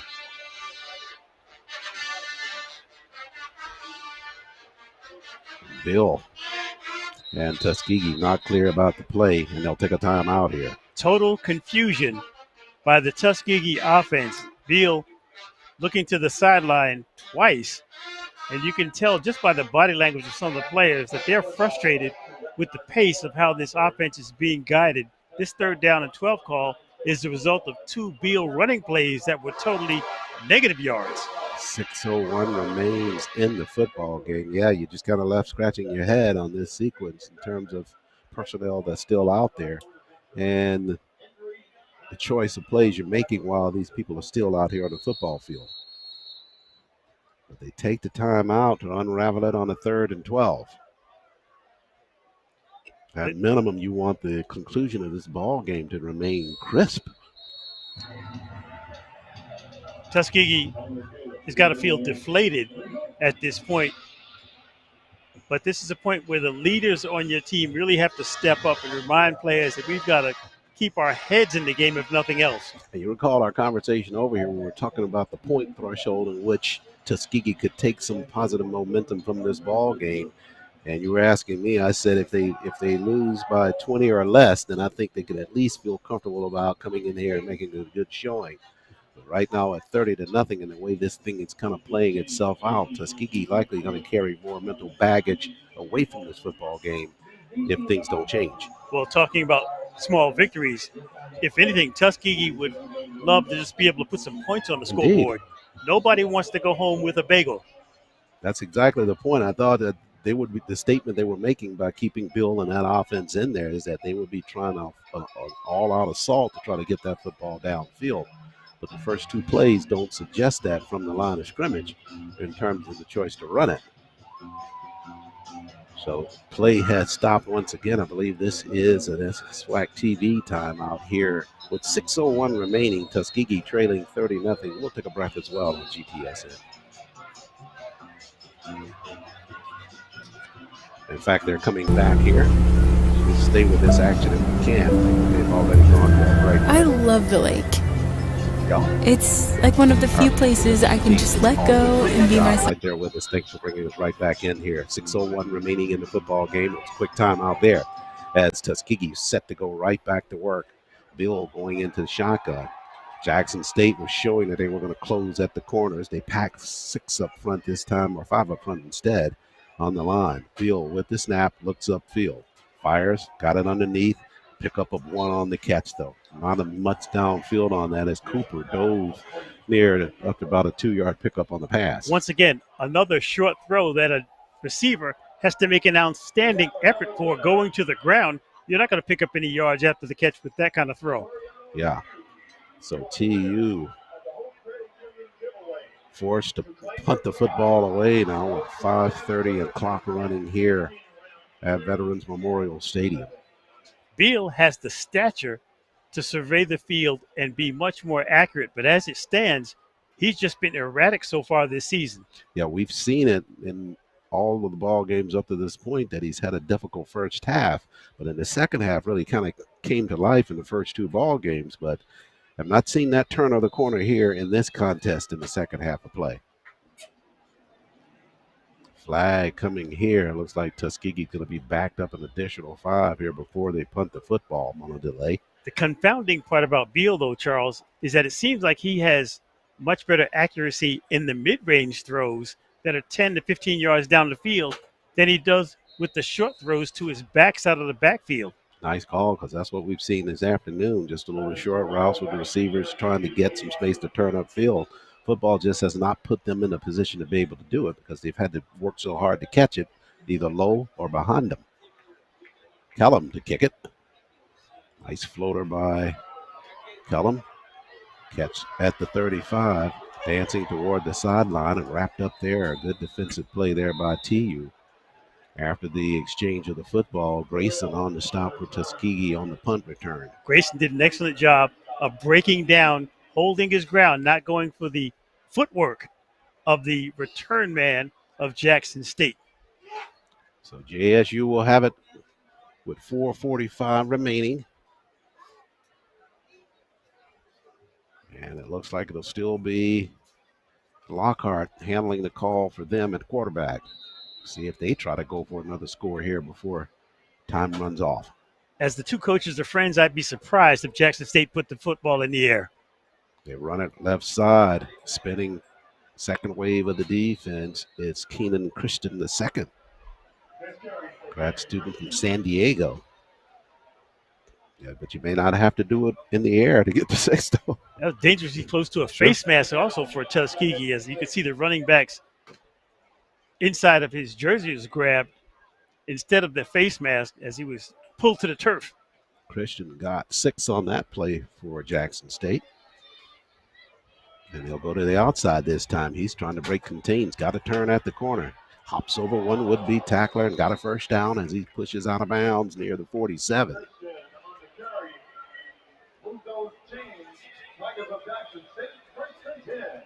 Simone Biles action on that play at the sideline. Just jumped out of the defense. That was quite a leap to the sideline. 1st and 10. Thomas T.C. Taylor, third-year head coach at Jackson State, led them to the SWAC championship a year ago. Trying to go back-to-back. T.C. Taylor came into this ball game saying, we're not going to lose anymore. After losing last week to Southern Mississippi, and so far this evening, his game is being backed up by the play of this Jackson State offense, which has been, for the most part, effective against Tuskegee.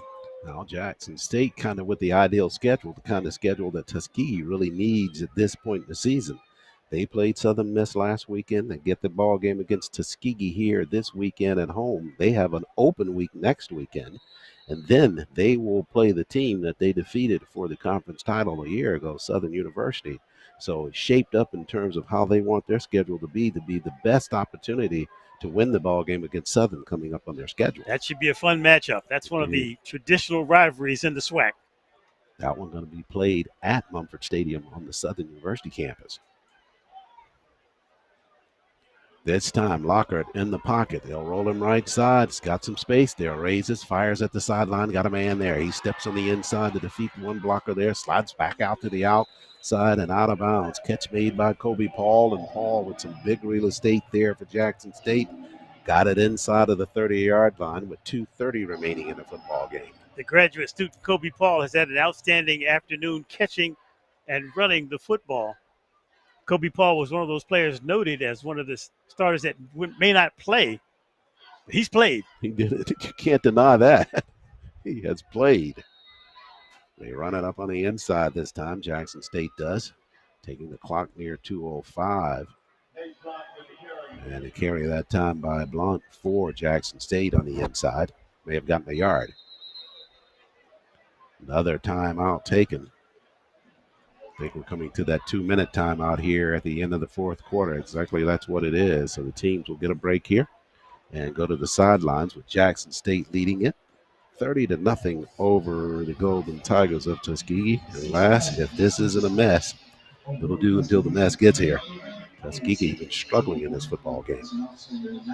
All you can do at this point, if you're Tuskegee, is to lick your wounds, take account of the health of your ball club, and ease into preparation for the next week, which is a short week, the game on Thursday night. Tuskegee had their opportunities, so when they look at the game film, especially in that first half, they're going to probably be kicking themselves over a few plays that they'd love to have back. And I think one of the major corrections that Tuskegee has to be looking at is what are they going to do at quarterback if Raekwon Beal continues to be inconsistent throwing the football? Well, I think one of the things they're going to look at, perhaps in this situation with Jackson State, maybe a little bit more acute here than what they would see anywhere else, is that the offensive line play just was outmatched today with the defense of Jackson State. The question will be, can that line hold up for SIAC play in this portion of the season? Well, we have stated the entire front side, right side of the Tuskegee offensive line is freshmen. So as they gain experience, we hope they gain some cohesion as well along the way. And this could be the kind of ball game that out of the issues they had, that they could grow together and kind of get it together, as you referenced, for the SIAC portion of it for Tuskegee. Well, I have two words for you on that regard. Film study. They're going to look at this game film. They're either going to watch it carefully or they're going to burn it. Yeah, one or the other. That's right. Starting looking for a better showing against Jackson State in this ball game this afternoon. Didn't happen, but you got to pull yourself up now and get ready for conference play. After the timeout, Jackson State from the 28 of Tuskegee. Under 2 minutes left. Ball fake, and they go on the ground again. Spinning toward the inside is Christian again, a grad student. They're just trying to get that clock geared up here.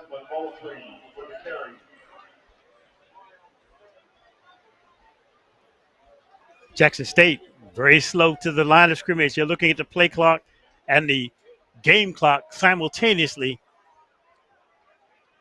I would expect this next neck to come around 1 minute, 20 seconds remaining in the contest. It's Desmond Moultrie on that last carry for Jackson State. Instead, Lockhart going to step up, got some space. Doesn't even really want to run it, but no, he's forced to run it because the hole was so wide open on his left side. He was just waiting, trying to get to the line of scrimmage, wait for something to unfold. But he finally tucked it away, and he runs for a first down near the 17-yard line. I was holding my breath as linebacker Sean Smith for Tuskegee was down for an extra few counts. He was very slow to get up, but then bounced up, gets back to his position. 54 seconds left. Jackson State with the football. They're going to continue to run it. They slide it back to the inside. Moultrie lost the football on the surface, but they dive on it. The offensive linemen do for Jackson State. They'll keep it at the 11, and the clock keeps moving.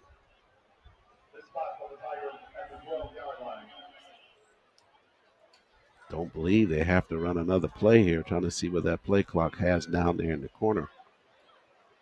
And it's about a 2-second difference. Yeah, that's what it looks like. Yeah, it may just take a delay here. Jackson State has nothing to prove at this point in the ball game. They've made their statement. They've rested their starters. They've beaten Tuskegee and dropped a shutout on them.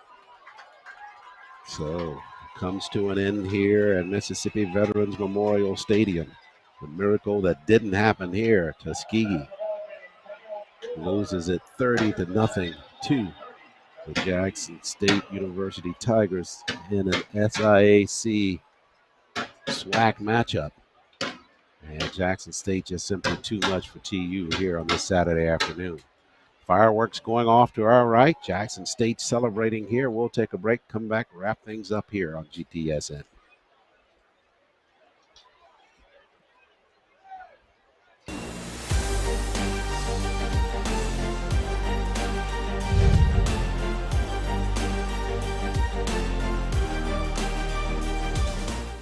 Broadcast coverage of Golden Tigers athletics is brought to you by the following.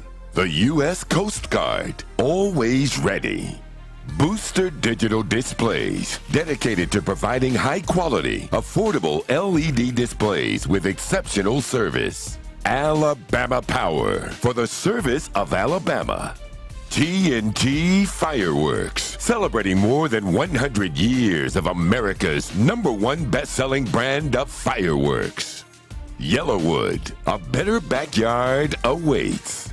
Home Depot, how doers get more done. Mississippi Veterans Memorial Stadium. Football action over for this Saturday afternoon. The win streak over for the Golden Tigers of Tuskegee as well.